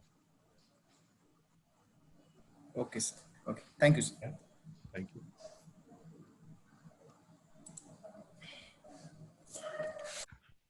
Abhishek Chatterjee, I have allowed you to talk. If you have any question. Hi, good morning. This is Abhishek from Boston, and I apologize for joining late. So my question is, this exec MBA, right? How is it different to the 1-year MBA that you have? It's both are 1 years, and is it just based on the class profile, or how does the curriculum differ? Yeah, so 1-year MBA, it's a full-time program, which means that you have to leave a job and come and stay on campus for that 1 full year, and you complete courses that 1-year MBA. Now, the 1-year MBA program that we have, see it's for really young people. If you see the average work experience of 1-year MBA program that we have, PGP that we call it, the average work experience in the range of 4 to 5 years, right? So let's say if you are into that average work experience, that this 1-year MBA is perfect for you. This PGPMAX is an executive. Now, when I say executive MBA, what I mean is that it's a part-time format, it's a modular format, which means that you don't have to leave the job and you can pursue this program while you're working. Now, the format is different, of course. You have to come here for a week and complete few courses, then you go back, and after 5 to 6 weeks, again you come here, and that's how you complete this course over 12 weeks. So the format is different. The class profile is also different. The 1-year full-time MBA with class profile, the average work experience 4 to 5 years. In this program, PGPMAX program, the average work experience is 15 to 16 years. It's people, relatively senior people, who cannot afford to leave the job, who think that now it's not a time for me to leave the job, but they still want to pursue a top quality MBA program. They can pursue this PGPMAX program. So that format is different, class profile is different. Okay. Yeah. So these are the few aspects that is different, and based on wherever you are, you can take a call which program. Okay. All right. Thanks. I have over 15 years of experience. So how many days in a year will I need to take off work to do this? So you're saying I don't need to leave work, but how many days or weeks in a year do I need to stay away? Yeah. So see, it's a 12 weeks, right? 12 weeks into 7, 84 days. And if you take out weekends from there, 24 weekends, so 60 working days you have to take off. Now, this 60 working days is spread over 2 financial years. So the class starts in August 2021 and it goes on till November, December 2022. So it's a 2 financial years. Okay. So each financial year, maybe around 30 working days you have to take off. Yeah, in that way, people can be, you know. Okay, please mute yourself. Yeah, that wasn't me. Okay, so within this, if for some reason I have to travel for work purposes, go out of India or something, right? So is there a chance I can come back and piggyback on some other course, or I can do it online? How do you manage the missed elements just in case? Yeah. So within this, let's say, program, if you have to miss certain courses because you travel or because of your work, you cannot come, then you skip that course and you complete that course with next class. So let's say out of this 24 courses, you could not complete 2 courses and you could not come here for a week and complete those 2 courses. You will be asked to complete those 2 courses with the next class, and only when you complete those 2 courses, then you graduate from this. So it happens every year. There are few people who miss few weeks, and they could not complete that program with their cohort, but they have to come next year and complete that program with the next cohort and complete. So only when you complete those courses, you graduate. So it is you can only do it the next year, and there are no additional charges for that? There are no additional charges for that, yes. All right. Thank you, Kishore. And my last question here is, at the end, you get a degree or you get a certificate? All right. It's a good question. So at the end, you get a certificate. Now, let me explain the difference between degree and a certificate.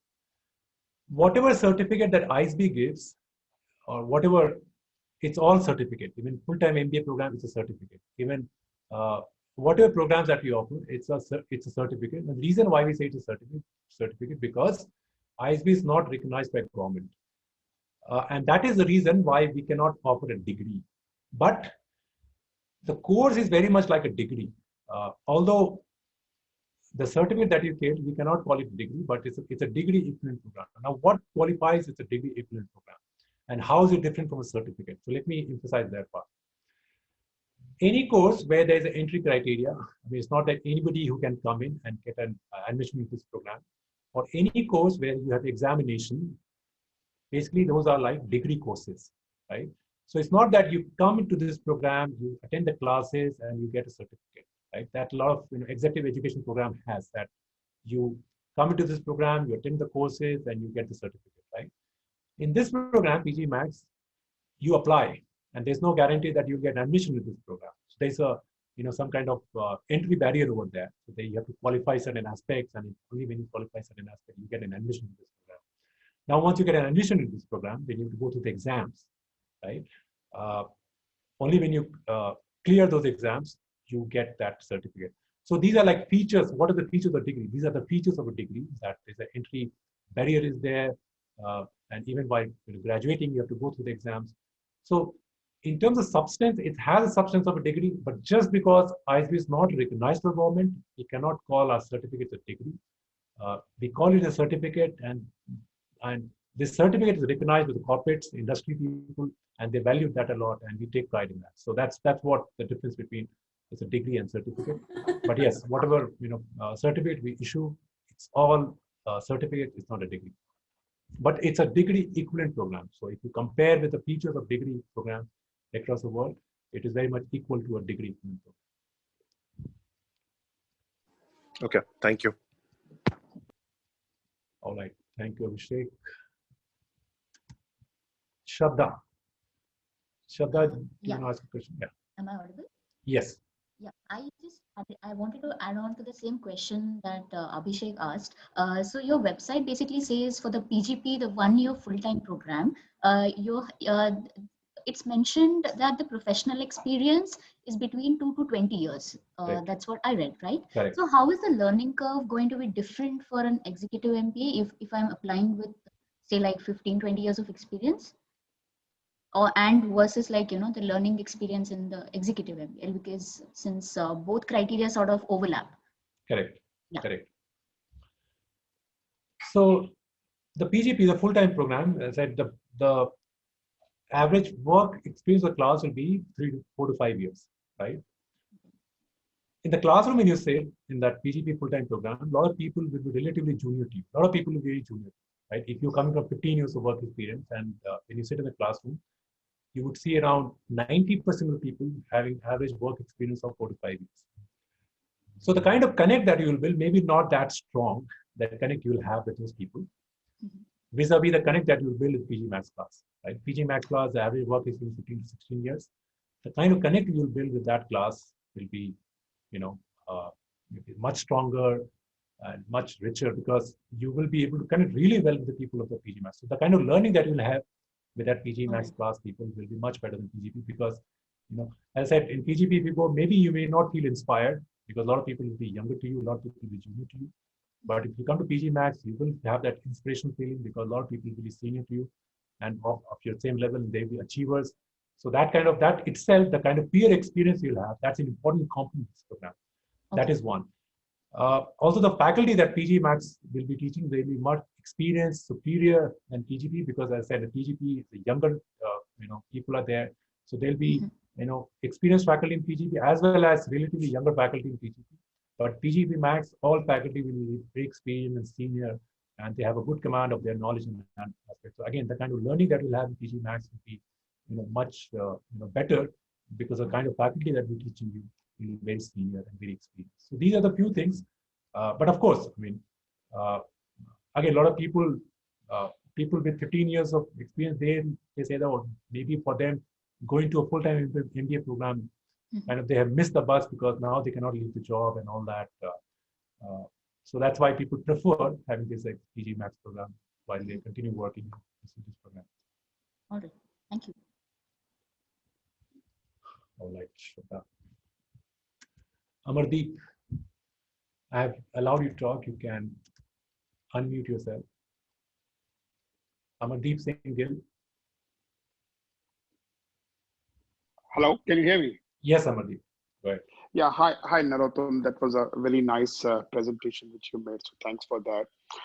I have two questions. My first question is, I'm a 23-year professional from the oil industry. So given that context, first question is, since you said that there are two core areas of learning, is basically strategy and leadership, and the course doesn't go specifically into functional areas, marketing, finance, and others. So in terms of testing, because it's a program, it's an academic program, is it more around assignment-based, project-based testing, or academic, because people will be coming from different backgrounds, marketing, finance, and HR? So how does that happen to make sure that everybody gets an equal opportunity to be fair, to have fair testing? Yeah. So test is most of the tests are assignment project based. Yes, that's correct. And see, the way you complete those assignments is not. I mean, you don't complete those assignments on an individual basis. You complete those assignments on a team basis. So you'll be part of the study group of 4 to 5 people. And as a study group, you complete those assignments. As a study group, you complete those projects. So it may happen that in your study group, somebody from finance, somebody from marketing, somebody from, let's say, operations will be there. So that diversity will be there. So if any topic, any course, any project is given to you, there would be someone who has some knowledge of that particular subject that project is based on. So it becomes fairly manageable when you complete that assignment on a project basis. Or when you're part of this study group. If you're part of, none of these projects are individual based, which means that it's not that you're given a project and you're asked to complete this project on your own. Most of you will be part of the study group, and at study group, when you study together, that's how you complete this project, that's how you complete the assignment. But yes, testing happens most of this on a project and assignment. But there will be a few tests which will be paper based. So basically, you'll be sitting in the classroom and you will be writing a test and all that. So there will be few courses, but these courses will be hardcore courses like statistics, or it can be, let's say, accounting, where there'll be some hardcore courses where you'll have individual tests, But other majority of the courses will be, project-based, assignment-based, and those are project assignment you complete as a study group and not as an individual. Yeah, thank you. And second question is, how does this program connect with your doctoral program? Is this some advantage, stepping stone, any advantage in terms of eligibility for ISB specifically? It does not connect. I mean, in the way that that doctoral program is a different objective. People who have some research interest, they want to pursue some academic, they want to pursue their career in academia and all that. They pursue their doctoral program. If somebody who wants to continue their career in the corporate sector, then PGMAX is a program. But if somebody who wants to, pursue their career in academia, or they want to, develop their research skills, or they want to, they have that curiosity of, building knowledge in particular, topic and all that, then they go for this doctoral program, because the doctoral program is very much research focused. All the courses will be very much research specific. It will help you develop your research skills and all that. And so research is an important component of the doctoral program. And career-wise, if you're interested in pursuing a career in academia, let's say you want to become a professor, you want to teach and all that, then doctoral program is a program to go into. But if you want to continue a career in the corporate sector, then PGMAX is a program that you will go into. Now, once you graduate from this program, let's say PGMAX, and then if you want to go to corporate, it gives you some advantage, because this doctoral program, some of the courses that you will learn will be business courses. And those business courses you would have already studied in the PGMAX program. So it gives you some kind of advantage when you complete this PGMAX program. And after that, you go into the doctoral program, because that way you'll have good knowledge of all this business, business education, and you can quickly come up to the speed and when you move to the doctoral program. And the reason why I'm saying that there are quite a few PGMAX alumni who, after completing PGMAX program, they have gone into the doctoral program and they are a doctoral student, this ISB. So it gives you some kind of advantage, but it does not connect, basically. It's a separate program. PGMAX is for corporate people. Doctoral program is for people who want to build a career in academia, or you want to, have that some research curiosity, and they want to dig deep into certain particular topic and all that. That's what doctoral program is all about. Yeah, thanks for your insights. That's over from my side. Sure. Thank you, Abhijit. Sania Khan, sorry. Sania Khan. Hi, Narottam. Hi. So I have basically two questions. So my first question is, for the admission process, you mentioned there will be round 1, round 2. So I would like to know, are there any criterias to be fulfilled in round 1? And then subsequently, if we clear that, only then we go to round 2. And after that, is there any face-to-face discussions, or just wanted to know a bit detail about it? That's my first question. Sure. So let me complete this first question. See, the round 1, round 2 is a deadline. Now, so let me clear what is the difference between round 1 and round 2. Now, in round 1, whatever application we get, we try to fill 50% of the class with round 1 applications. So it's a 70 class size. So 35 class will be filled by whatever application we get in round 1. And we try to fill a class of 35 seats with round 1 application. The time for round 1 is gone. So the time was November 22nd. By that time, if you had applied, then you would have considered under round 1 category, and then the application would have processed, and then you would be considered to, round 1 applicant, and with that applicant, the 50% class will be filled. Now there's a second lot. The second lot will be applying in round 2, and this second lot will go into filling the rest of the 50% of the class. So that's only the difference between round 1 and round 2 is the deadline. Like, if you're applying now, you automatically become a part of round 2. And once you apply, and then all people who apply in round 2, they will come together and their application will process as per who all is applying in round 2. And we try to fill the rest of the class from round 2. Now the process remains the same. In round 1, if you had applied, you would have face-to-face discussion. In round two, if you apply, you will still have face-to-face discussion. So once you apply, we evaluate your application, and after evaluating, we call you for the interview, and that's when this face-to-face discussion happens. And after that interview, the admission offer is made. So it's just timeline, but the process remains the same in both the rounds. Okay, yeah, thank you. And the second question is, so you mentioned that 24 topics we will have, and I have a question, like we will be a batch of like 75 people, right? So in that, all will undergo the same curriculum of that 24 topics, or like there will be some electives or something like that? Yeah, all will go same 24. There's no elective for this program. So everybody will go through those 24 courses. Okay, okay, thanks, Narottam. All right. Thank you, Sonia. Ayan Chakraborty. Hi, Narottam. Hi. Just one question here. I mean, and apologies, I joined a bit late. I just wanted to know, is there a typical industry split here? So basically, I'm from IT, and I just wanted to know, like, what proportion of a typical batch would be, from this sector? Yeah, we had a slide. I'll just go back to that slide.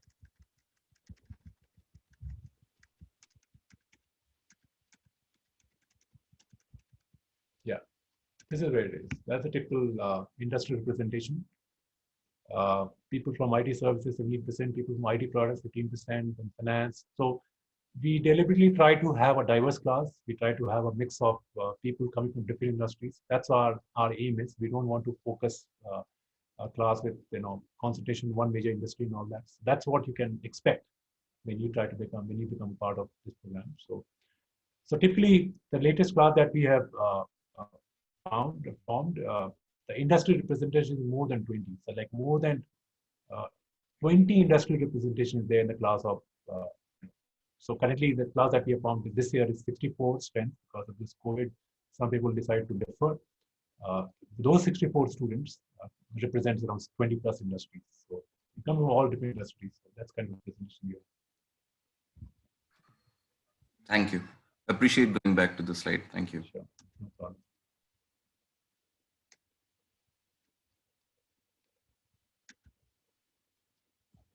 Kiran, did you raise? Oh yeah, you raised your hand. So I allowed you to talk, Kiran.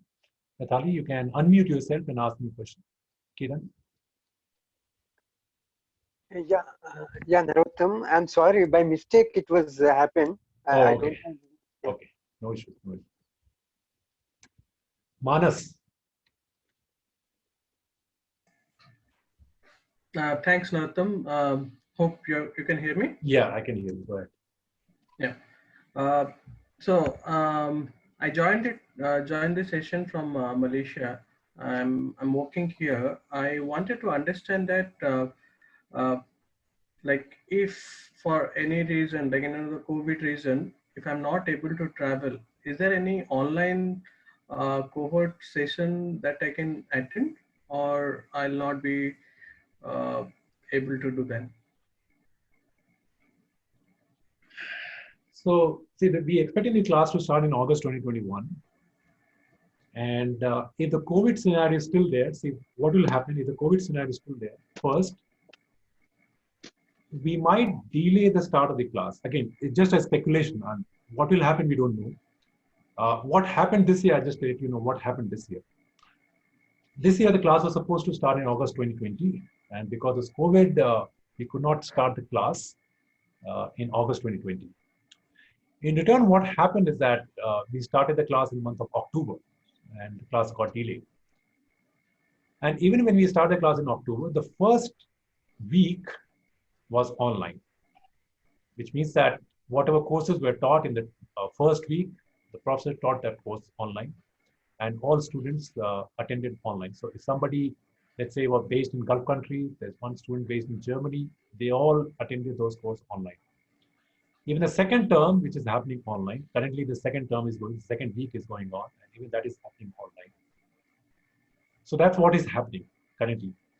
Now, let's say next year, August 2020, 2021, the class is formed, and if the COVID scenario continues, which we believe will not, but if it continues, my sense is maybe the class will delay for 1 or 2 months. We'll try to see if, coming back to normalcy and all that. And because we want to have the classroom interaction. All the courses that will be taught, we want to have that classroom setting where professors will be coming into the classroom and will be teaching on a face-to-face basis. That's what ideally we want. But if the COVID thing continues, what happened this year, maybe we may continue doing that.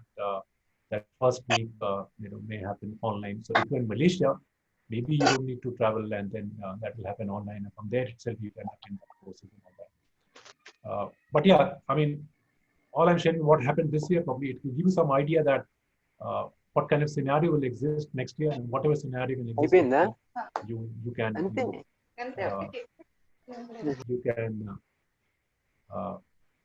can accordingly take a call and how you want to attend this program. So it's if the class happening face-to-face basis, and I believe Malaysia being a safe country, there's not much cases over there. And if the class is happening in India, then I think you will be free to travel and come to campus, and it will be easy for you to attend. I don't doubt.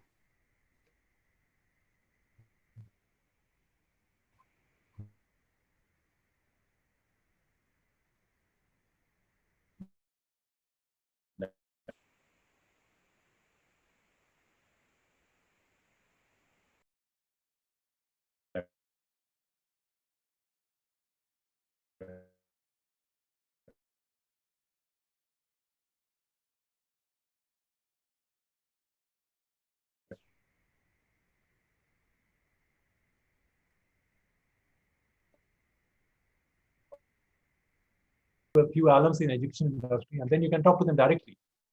They can give you better insights and that way, whatever questions you have related to your career in the education industry, they can answer those queries much better. Okay, thank you so much.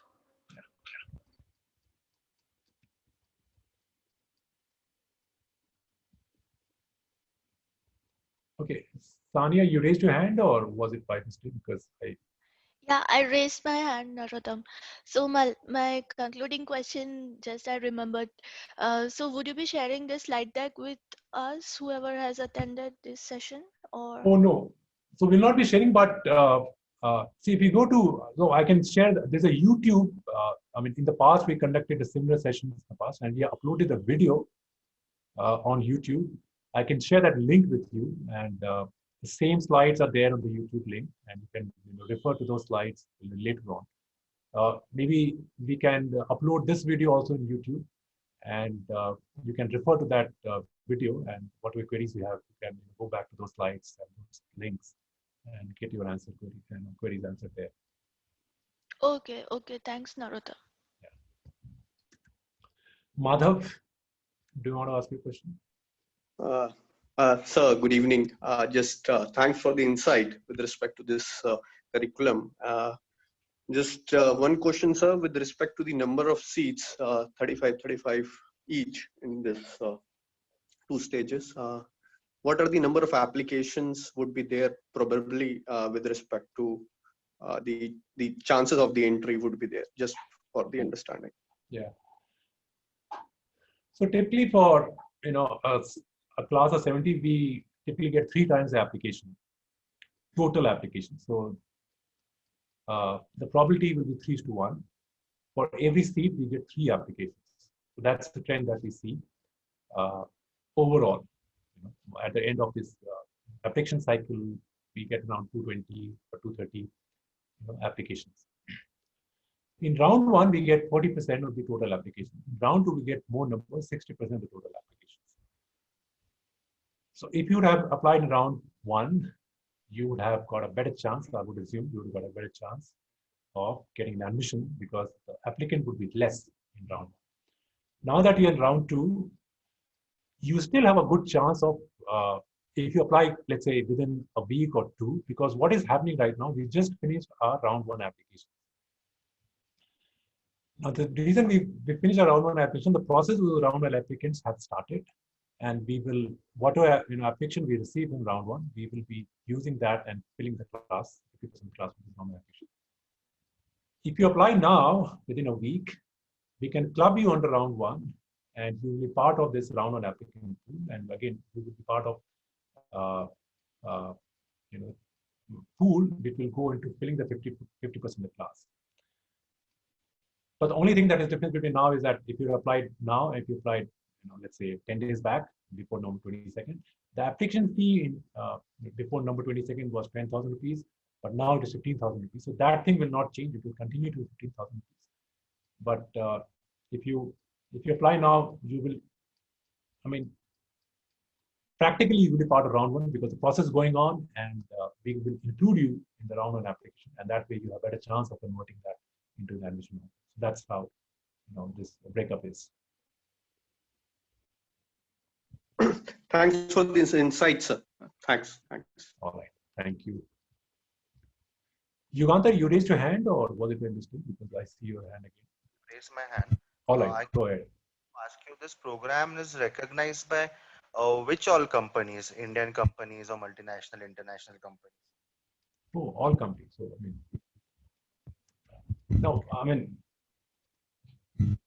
all these companies, all these corporates don't have any criteria that these programs should be recognized by government. They just look at the knowledge, they look at the qualification. And ISB being, we founded in the year 2001, and since then we have been, running, 20 years, and ISB has built its reputation, and that because of that, companies have started recognizing, they recognize ISB along with top-notch global schools and all that. So it's recognized by all the corporates. It's only the government does not recognize. So let's say you decide to pursue a PhD program, so it will not be considered as a postgraduate program because since ISB is not recognized by government, it will not be considered by government as a postgraduate program. So that's the only difference. But in companies, it is very much recognized, and all companies know this PGPMAX program, and students know ISB. Okay, thank you. Gaurav T. Do you want to ask a question? Yeah, hi Narottam. Am I audible? Yes, go ahead. Hello, thank you for the nice presentation and providing me with an opportunity to ask my question. So I got dropped for a while from the session. I'm not sure if you already have covered this in your presentation. Just wanted to understand about the kind of career services, career management services that is provided to students of this program.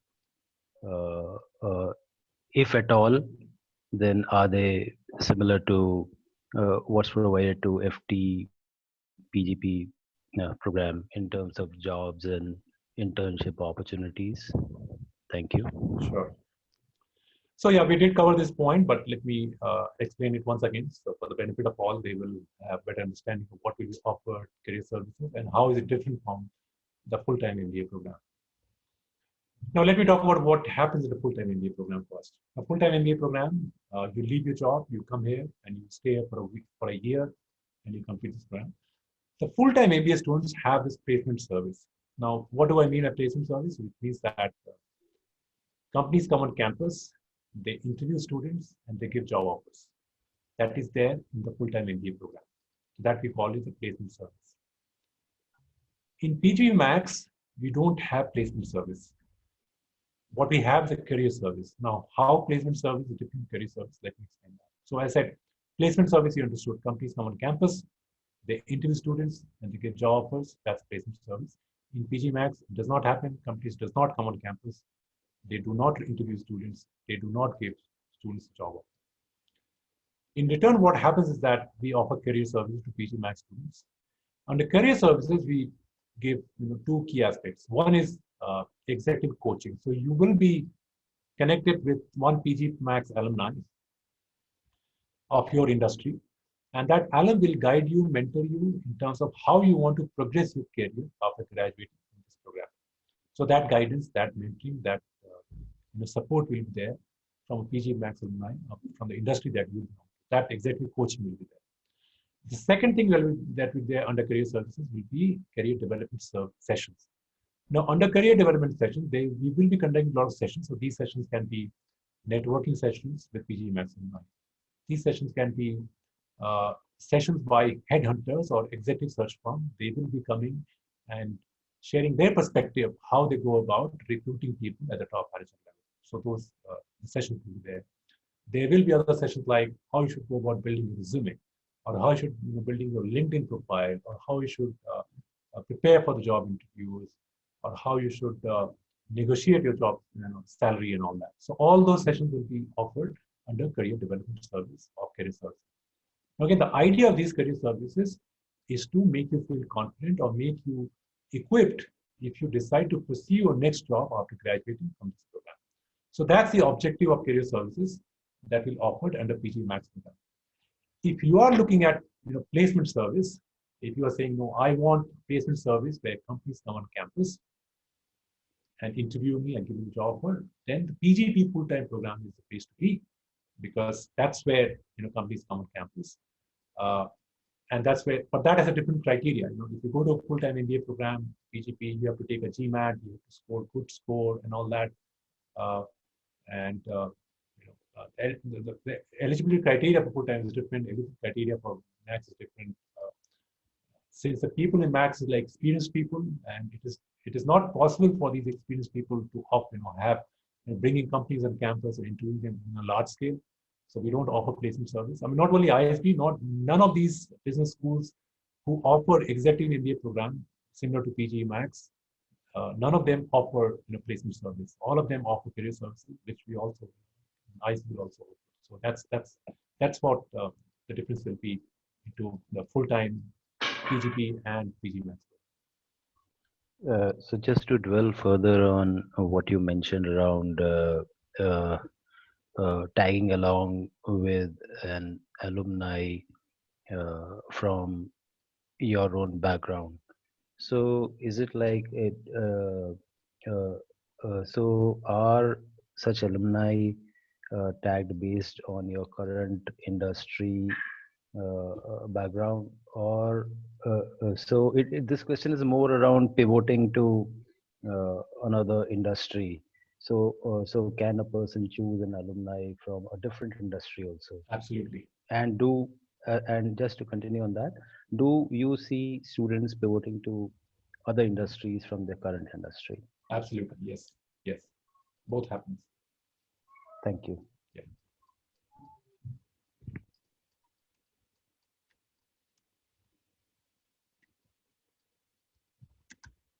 Jai Kishan, do you want to ask a question? Jai Kishan Chala. Yeah, hi Kishore, can you hear me? Yes, I can hear you. Yeah, a couple of questions from my end, going back to the 2 rounds of admissions that you have. Just wanted to check for if we secure the seat, when does the fee needs to be paid to secure it? I mean, does it differ from round 1 and round 2, or since the course is starting in August next year, it's quite a time from now. So just wanted to understand on that, when do we need to make the fee payments? Yeah. Other one, I left actually a question when I have filled in for my webinar. Would you be answering those questions as well, or should I ask that here? Yeah. You can ask me. Yeah. So I have a real estate startup. So let me answer your first question, then you ask me the second question. Sure. So to confirm your seat, we ask for the admission fee. So the admission fee of 3 lakh rupees. So let's say you apply to this program and you get the admission offer. Then you say within 20 days of getting the admission offer, you have to pay that admission fee to secure your seat. So let's say you apply the program and by 1st of January, you get the admission offer. We would request you to pay the admission fee of 3 lakh rupees by 21st of January, within 3 weeks. And once you pay that, then you secure your seats. And then the rest of this money is paid in 4 different installments. So those installments start in the month of June, July. And that's when you make the payment for the program fees and all that. The class begins in the month of August. So the program fees you can start paying whenever the installment fees start in the month of June, July. But to secure the seats, you have to pay that fee within 20 days of getting the admission offer. Okay, thank you. So the second question that I had was that I have a real estate startup. I just wanted to understand if during the course of 15 months that we'll be undergoing this, would there be possibility in terms of if we have to, as part of various projects that we will be undertaking during this course, would it be possible for us to, one, pick up specific to the industry or the domain that I'm trying to work out? And more specifically, I want to understand if it is in a very nascent stage in India, and this particular industry has already seen a good amount of growth back in the West or in the Europe, and then connect with those industries and understand how the evolution of this particular industry happened there and how it is expected to happen in India. So that was more for me to understand how would it be possible to do something like that, those kind of projects. Absolutely. So, see, as a part of this program, you get to interact with this faculty. Let's say, while you're interacting with this 24 faculty who will be teaching you, any faculty, I mean, you will be, connecting with these faculty, and while you're connecting these faculty, you will get to, like certain faculty, and maybe you say, oh, probably with this faculty, I will be able to get an answer to the, project that you're trying to work on. So there are two cases that may happen. So you can request a faculty and say that the kind of project assignment that faculty is giving, maybe he can give you a project assignment related to your industry, right? So that can happen. You can request the faculty, and the faculty can give you project assignment basis that. That's one option. Second option can also be that if faculty is not giving any assignment related to your industry, you can on your own reach out to any particular faculty that you like the most and say, oh, I want to work with you, and I want to solve this problem of this particular industry that I'm working on. Can we work together? Can we collaborate? And can we come up with some insights and all that? So faculty would like, I mean, they, with faculty research areas related to that, they would love to do that, because a lot of faculty at ISB or even outside ISB, they are very much research driven. They want to pick certain important aspect of an industry, certain important problem in industry, and they want to find a solution to those problems and all that. And that's why they have this incentive of collaborating with industry people. And if you come forward and say, I want to collaborate with you and I want to work on this project and work this assignments and all that, and if it matches with the faculty's research interest, you can work together and kind of come with insights and all that. So the first option that I said, that can be part of your curriculum, that can be part of your program, that can go into your clearing this exam, whatever course that you'll be studying, and that can be there. But second, if there's no course related to your specific topic that you want to research on, you can collaborate with any faculty on an independent level and try to come out with insight on your own, and that is also feasible. So it's very much driven by your initiative, how much initiative you take, and how much proactiveness you show by connecting with the faculty that you respect the most. And if you're able to build that connect, you can work together and come out with the insight that you're working on. Thank you, Kishore, and I really appreciate all the patience in answering all the questions that we have. No issue. Thank you.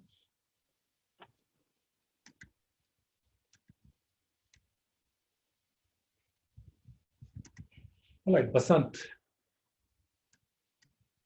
Basant, you want to ask a question? I've allowed you to talk. You can unmute yourself and ask a question. Basant S. Hello, Narottam. Yes, I can. Am I audible? Yes, go ahead. It was a wonderful presentation, and I was listening to you, and particularly when you were talking about the parameters which we must think of before joining executive MBA. So the question which is bugging me right now is, for example, the ISB Hyderabad course will cost me around 50 lakhs, okay? And if I say I am ABCL, in fact, they have also got EMBA. Correct. Right? Correct. And their course fee, I don't know specifically, but I know for sure that it might be less than 50% of what ISB is charging. Correct. They have got almost the same kind of, you say, the credentials which ISB has got, maybe a little more or less. Okay. So why? How do you justify, or why? How should I justify myself that I should go to the ISB and not to IMABCL? I think. Am I clear with my question? Absolutely, absolutely, absolutely. Okay, thank you, thank you. So please. Yeah. See, the biggest thing that I would differentiate between ISB and IIMs are the faculty. You compare their faculty, you compare ISB faculty. The kind of faculty experience you'll have at ISB, I can assure you it is much, much better than what you'll have at IIMs. And it's not that what I am saying, see, we offer this, we offer one program called PGP Pro. And this PGP Pro program is for middle management people having average 8 to 9 years of work experience, and we offer this program in Bangalore. And we get good response to that program, and this program we offer in Bangalore. And I connected with a few Bangalore students, and I said, "Oh, I'm Bangalore, and this program they also have this program. Why did you choose ISB? Why didn't you go for IIM Bangalore?" 2-3 reasons that they gave me. IIM Bangalore format. You have to go there, I think, every weekend. I think on a Friday or Saturday, and on Sunday morning you leave and all this. That's the format they have. If that format suits you, yes, then probably that's one of the criteria they're going to look at. So compare the format. Which format suits you better? Whatever format that IIM offered, is that format suits you? And whatever format that ISB offers, is that format suits you? That's, because you have your own, work style, and when can you get leave, when you cannot get leave and all that. So a lot of people say the format of the IIM Bangalore is such that it may not be possible for me to take leave every Friday and go to campus and attend that program. So that's a key difference between there. That's the one thing they said. The second thing that they said was the faculty. They said the faculty at ISB that I've experienced, it's much, much better than what they have seen in IIM Bangalore. So, and as I said, in ISB, you study not only with IC faculty, you study with faculty of Wharton Business School, you study with faculty of Kellogg Business School or London Business School. You get top-notch faculties from different business schools and they come and teach. But if you go to IIM Bangalore, you'll get faculty only from IIM Bangalore. So those resident faculty. So that kind of, again, the experience, matter. And again, what kind of peers you'll have in the classroom. Now, this IIM Bangalore have this EPGP. The average work experience of this EPGP will be around, at the class will be around 8 to 9 years. While in PGPMAX, the average work experience will be around 15 to 16 years. Now, if you are from, let's say, person who have average work experience of 15 to 16 years, you would prefer a class which has average work experience of 15 to 16 years, rather than having a class which has average work experience of 8 to 9 years. Why? Because if you are in a classroom, and in that classroom, there is a lot of juniors who are there in that classroom, maybe you may not feel that inspiration. You will not be that inspired, right? But in this program, PGPMAX, since the average is like 16 to 17 years, they will be like a lot of senior people. Being in the classroom will give a lot of inspiration factor, and that the network that you will build in the classroom is much more valuable than what network you will build in this EPGP or any other program, because the participants' average age is a little lesser in IIM's program than in the IC program. Stats also again matters a lot, because this network, this relation that you build not only during the course of the program, once you graduate, you become connected with that, not only your classmates, but also with the alumni of that community. So once you graduate from PGPMAX, you get connected with the PGPMAX alumni, and this PGPMAX alumni is there for the last 10 years. Right? I mean, we started this program in the year 2011, and since then, there are a lot of CXO people who are there in this PGPMAX program and all that, from the PGPMAX.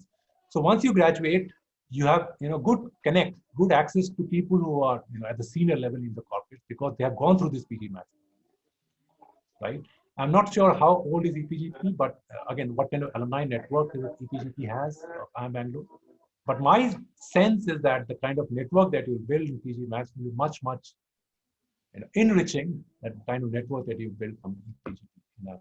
So these are the few things. Of course, the school brand, IIM Bangalore is a great brand.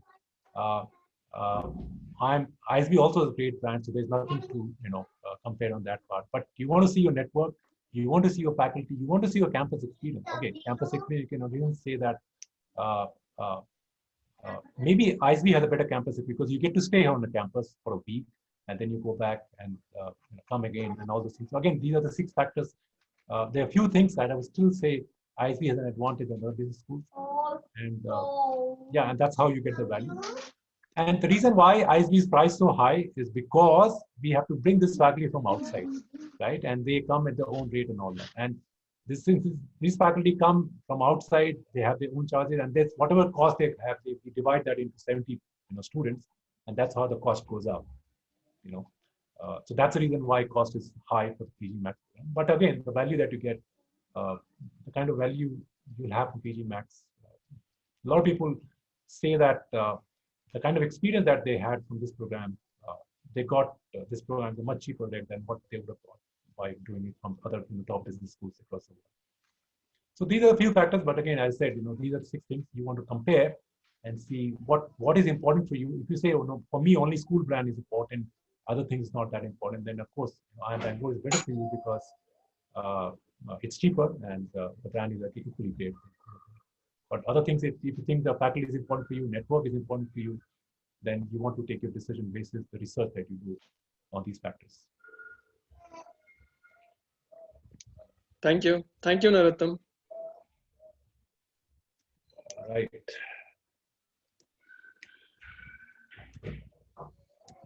Okay.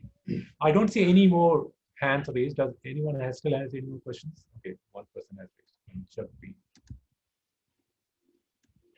Jagbir Singh, you want to ask a question? Sir, it's really very nice presentation, and this is my first presentation, which is very well described. In each and every questions is very well described, sir. And sir, and I got this inspirations from my Vandana ma'am, and I would like to thanks for her guidance. And she is really a very good leader. And just want to thank all, and really very nice to hear all of your voice, sir. Sure. Thank you so much, sir. Thank you so much, sir. Thank you, Jagbir, for your nice words. Thank you very much. Yeah.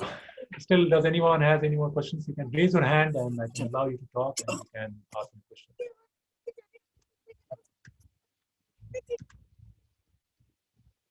Looks like no. Okay, one more hand raised. Chitij Jan. Hey, hi everyone. Good evening. Firstly, I'm sorry I joined in pretty late. I had some personal commitment which was unavoidable, but I joined at the time when the Q&A has started. And if it's a repeat, that is okay. I can look at the recording. But then one thing, and it's a question in continuation to the question that was asked earlier in terms of the fees. So basically, I understand. I understood that why the fees is so high. But then, if you throw some light upon a couple of things related to, when we talk about the ROI, let's say immediately after the program finishes, right after we graduate. So have you seen? And I understand that it again depends on the candidate, individual candidate, but on an average, what is the the increment on an average that you've seen immediately after the college and maybe a couple of years after the college? That was one. And do people from come mostly from company sponsored kind of a program, or do you also see people enrolling in PGPMAX coming from taking a student loan and being coming on their own? And what is advisable? So Chitij, both these questions were answered in the presentation. So let me go back to that slide, and I'll try to answer your ROI and then company sponsored part. So let me talk about that ROI. And I'm really sorry. I know it's a repeat, but no issue. So here is this ROI part. Now, in the year 2020, earlier this year, The Economist magazine conducted a survey of PGPMAX graduates and PGPMAX students. Again, this is not the survey conducted by ISB, but the survey conducted by the Economist magazine as a part of their executive MBA ranking for the year 2020. Now, this is the result that they found. They found that the 80% of the alumni, they were either promoted or they were able to grow the company within 2 years after graduation. That's what they found. The average percentage increase on the pre-EMBA salary was 40% by the time they graduated. That's another insight that we found. 2 years after their graduation, their salary increment was 63% as compared to the pre-EMBA salary. And pre-MBA salary was, as I tell you, there's another data here. Let me show you that. Okay, so pre-MBA salary is 251,000. It's a purchasing power parity exchange rate. If I convert that into Indian rupees, it will be around 50 to 52 lakhs. That's an average salary of people entering in the PGPMAX program, right? Okay. So in terms of their career impact, what happened to them is that when they graduated within 2 years, either they were promoted or they're able to grow their company. Their salary increased by 40% by the time they graduated. Their salary increased by 63% 2 years after graduation. And by the time they graduated from the class, their salary was 352,000. Again, US dollar on a purchasing power parity exchange rate. If I convert that into Indian rupees, it will be around 75 lakh. Now, again, this is the result, insights that Economist magazine found, and you can go to this Economist EMBA ranking 2020 on, you can do a Google search, and ISB was ranked 43rd in that. If you click on that ISB, there are a lot of insights that they came out with, that what kind of experience that the students have and all that. So I would encourage you to go to that Economist EMBA ranking page, and when the ISB was ranked 43rd, and these are the data that I'm talking about. It's coming straight away from that data. So that will kind of help you understand what is the average salary increment of people who graduate from this program. So that way you can get an idea of what kind of ROI you can expect after graduating from this program. Okay, sure. And is this skewed to any specific set of industries, or do you see it across industry? And the reason I'm asking is because I come from a marketing background, specifically B2B marketing, technology marketing, right? From an IT industry. So do you see the same numbers in those areas also, similar numbers, or is it skewed to certain other specific industries like manufacturing or pharma or those kind of industries? So that data is not there, but I can share a few anecdotes. We have typically seen people who come from sales backgrounds and marketing backgrounds, they get a huge jump once they graduate from this program, or even when they enter this program, they are at a very good position in their organization, or even the salary wise and all that. So I mean, that's only my observation. I don't have any data to prove that. Whatever application that we receive and whatever interaction that we have from graduates in this program, we get to see that people coming from sales and marketing background, they get the maximum benefit from graduating from this program in terms of their salary increment or ROI and all that. So if you are from that sector, I think you get the maximum benefit coming from sales and marketing background. But again, I don't have the data. Even economists don't have the data. Nobody has the data. But I'm just sharing a few anecdotes of what I've observed through these applications and all that. Correct. Okay, so that was your first question. The second question was, I covered that one also, but yeah, a sponsorship. So this is the data on the sponsorship. Now, again, see, there's a myth. There's a misconception that a lot of participants of this program come from company sponsorship.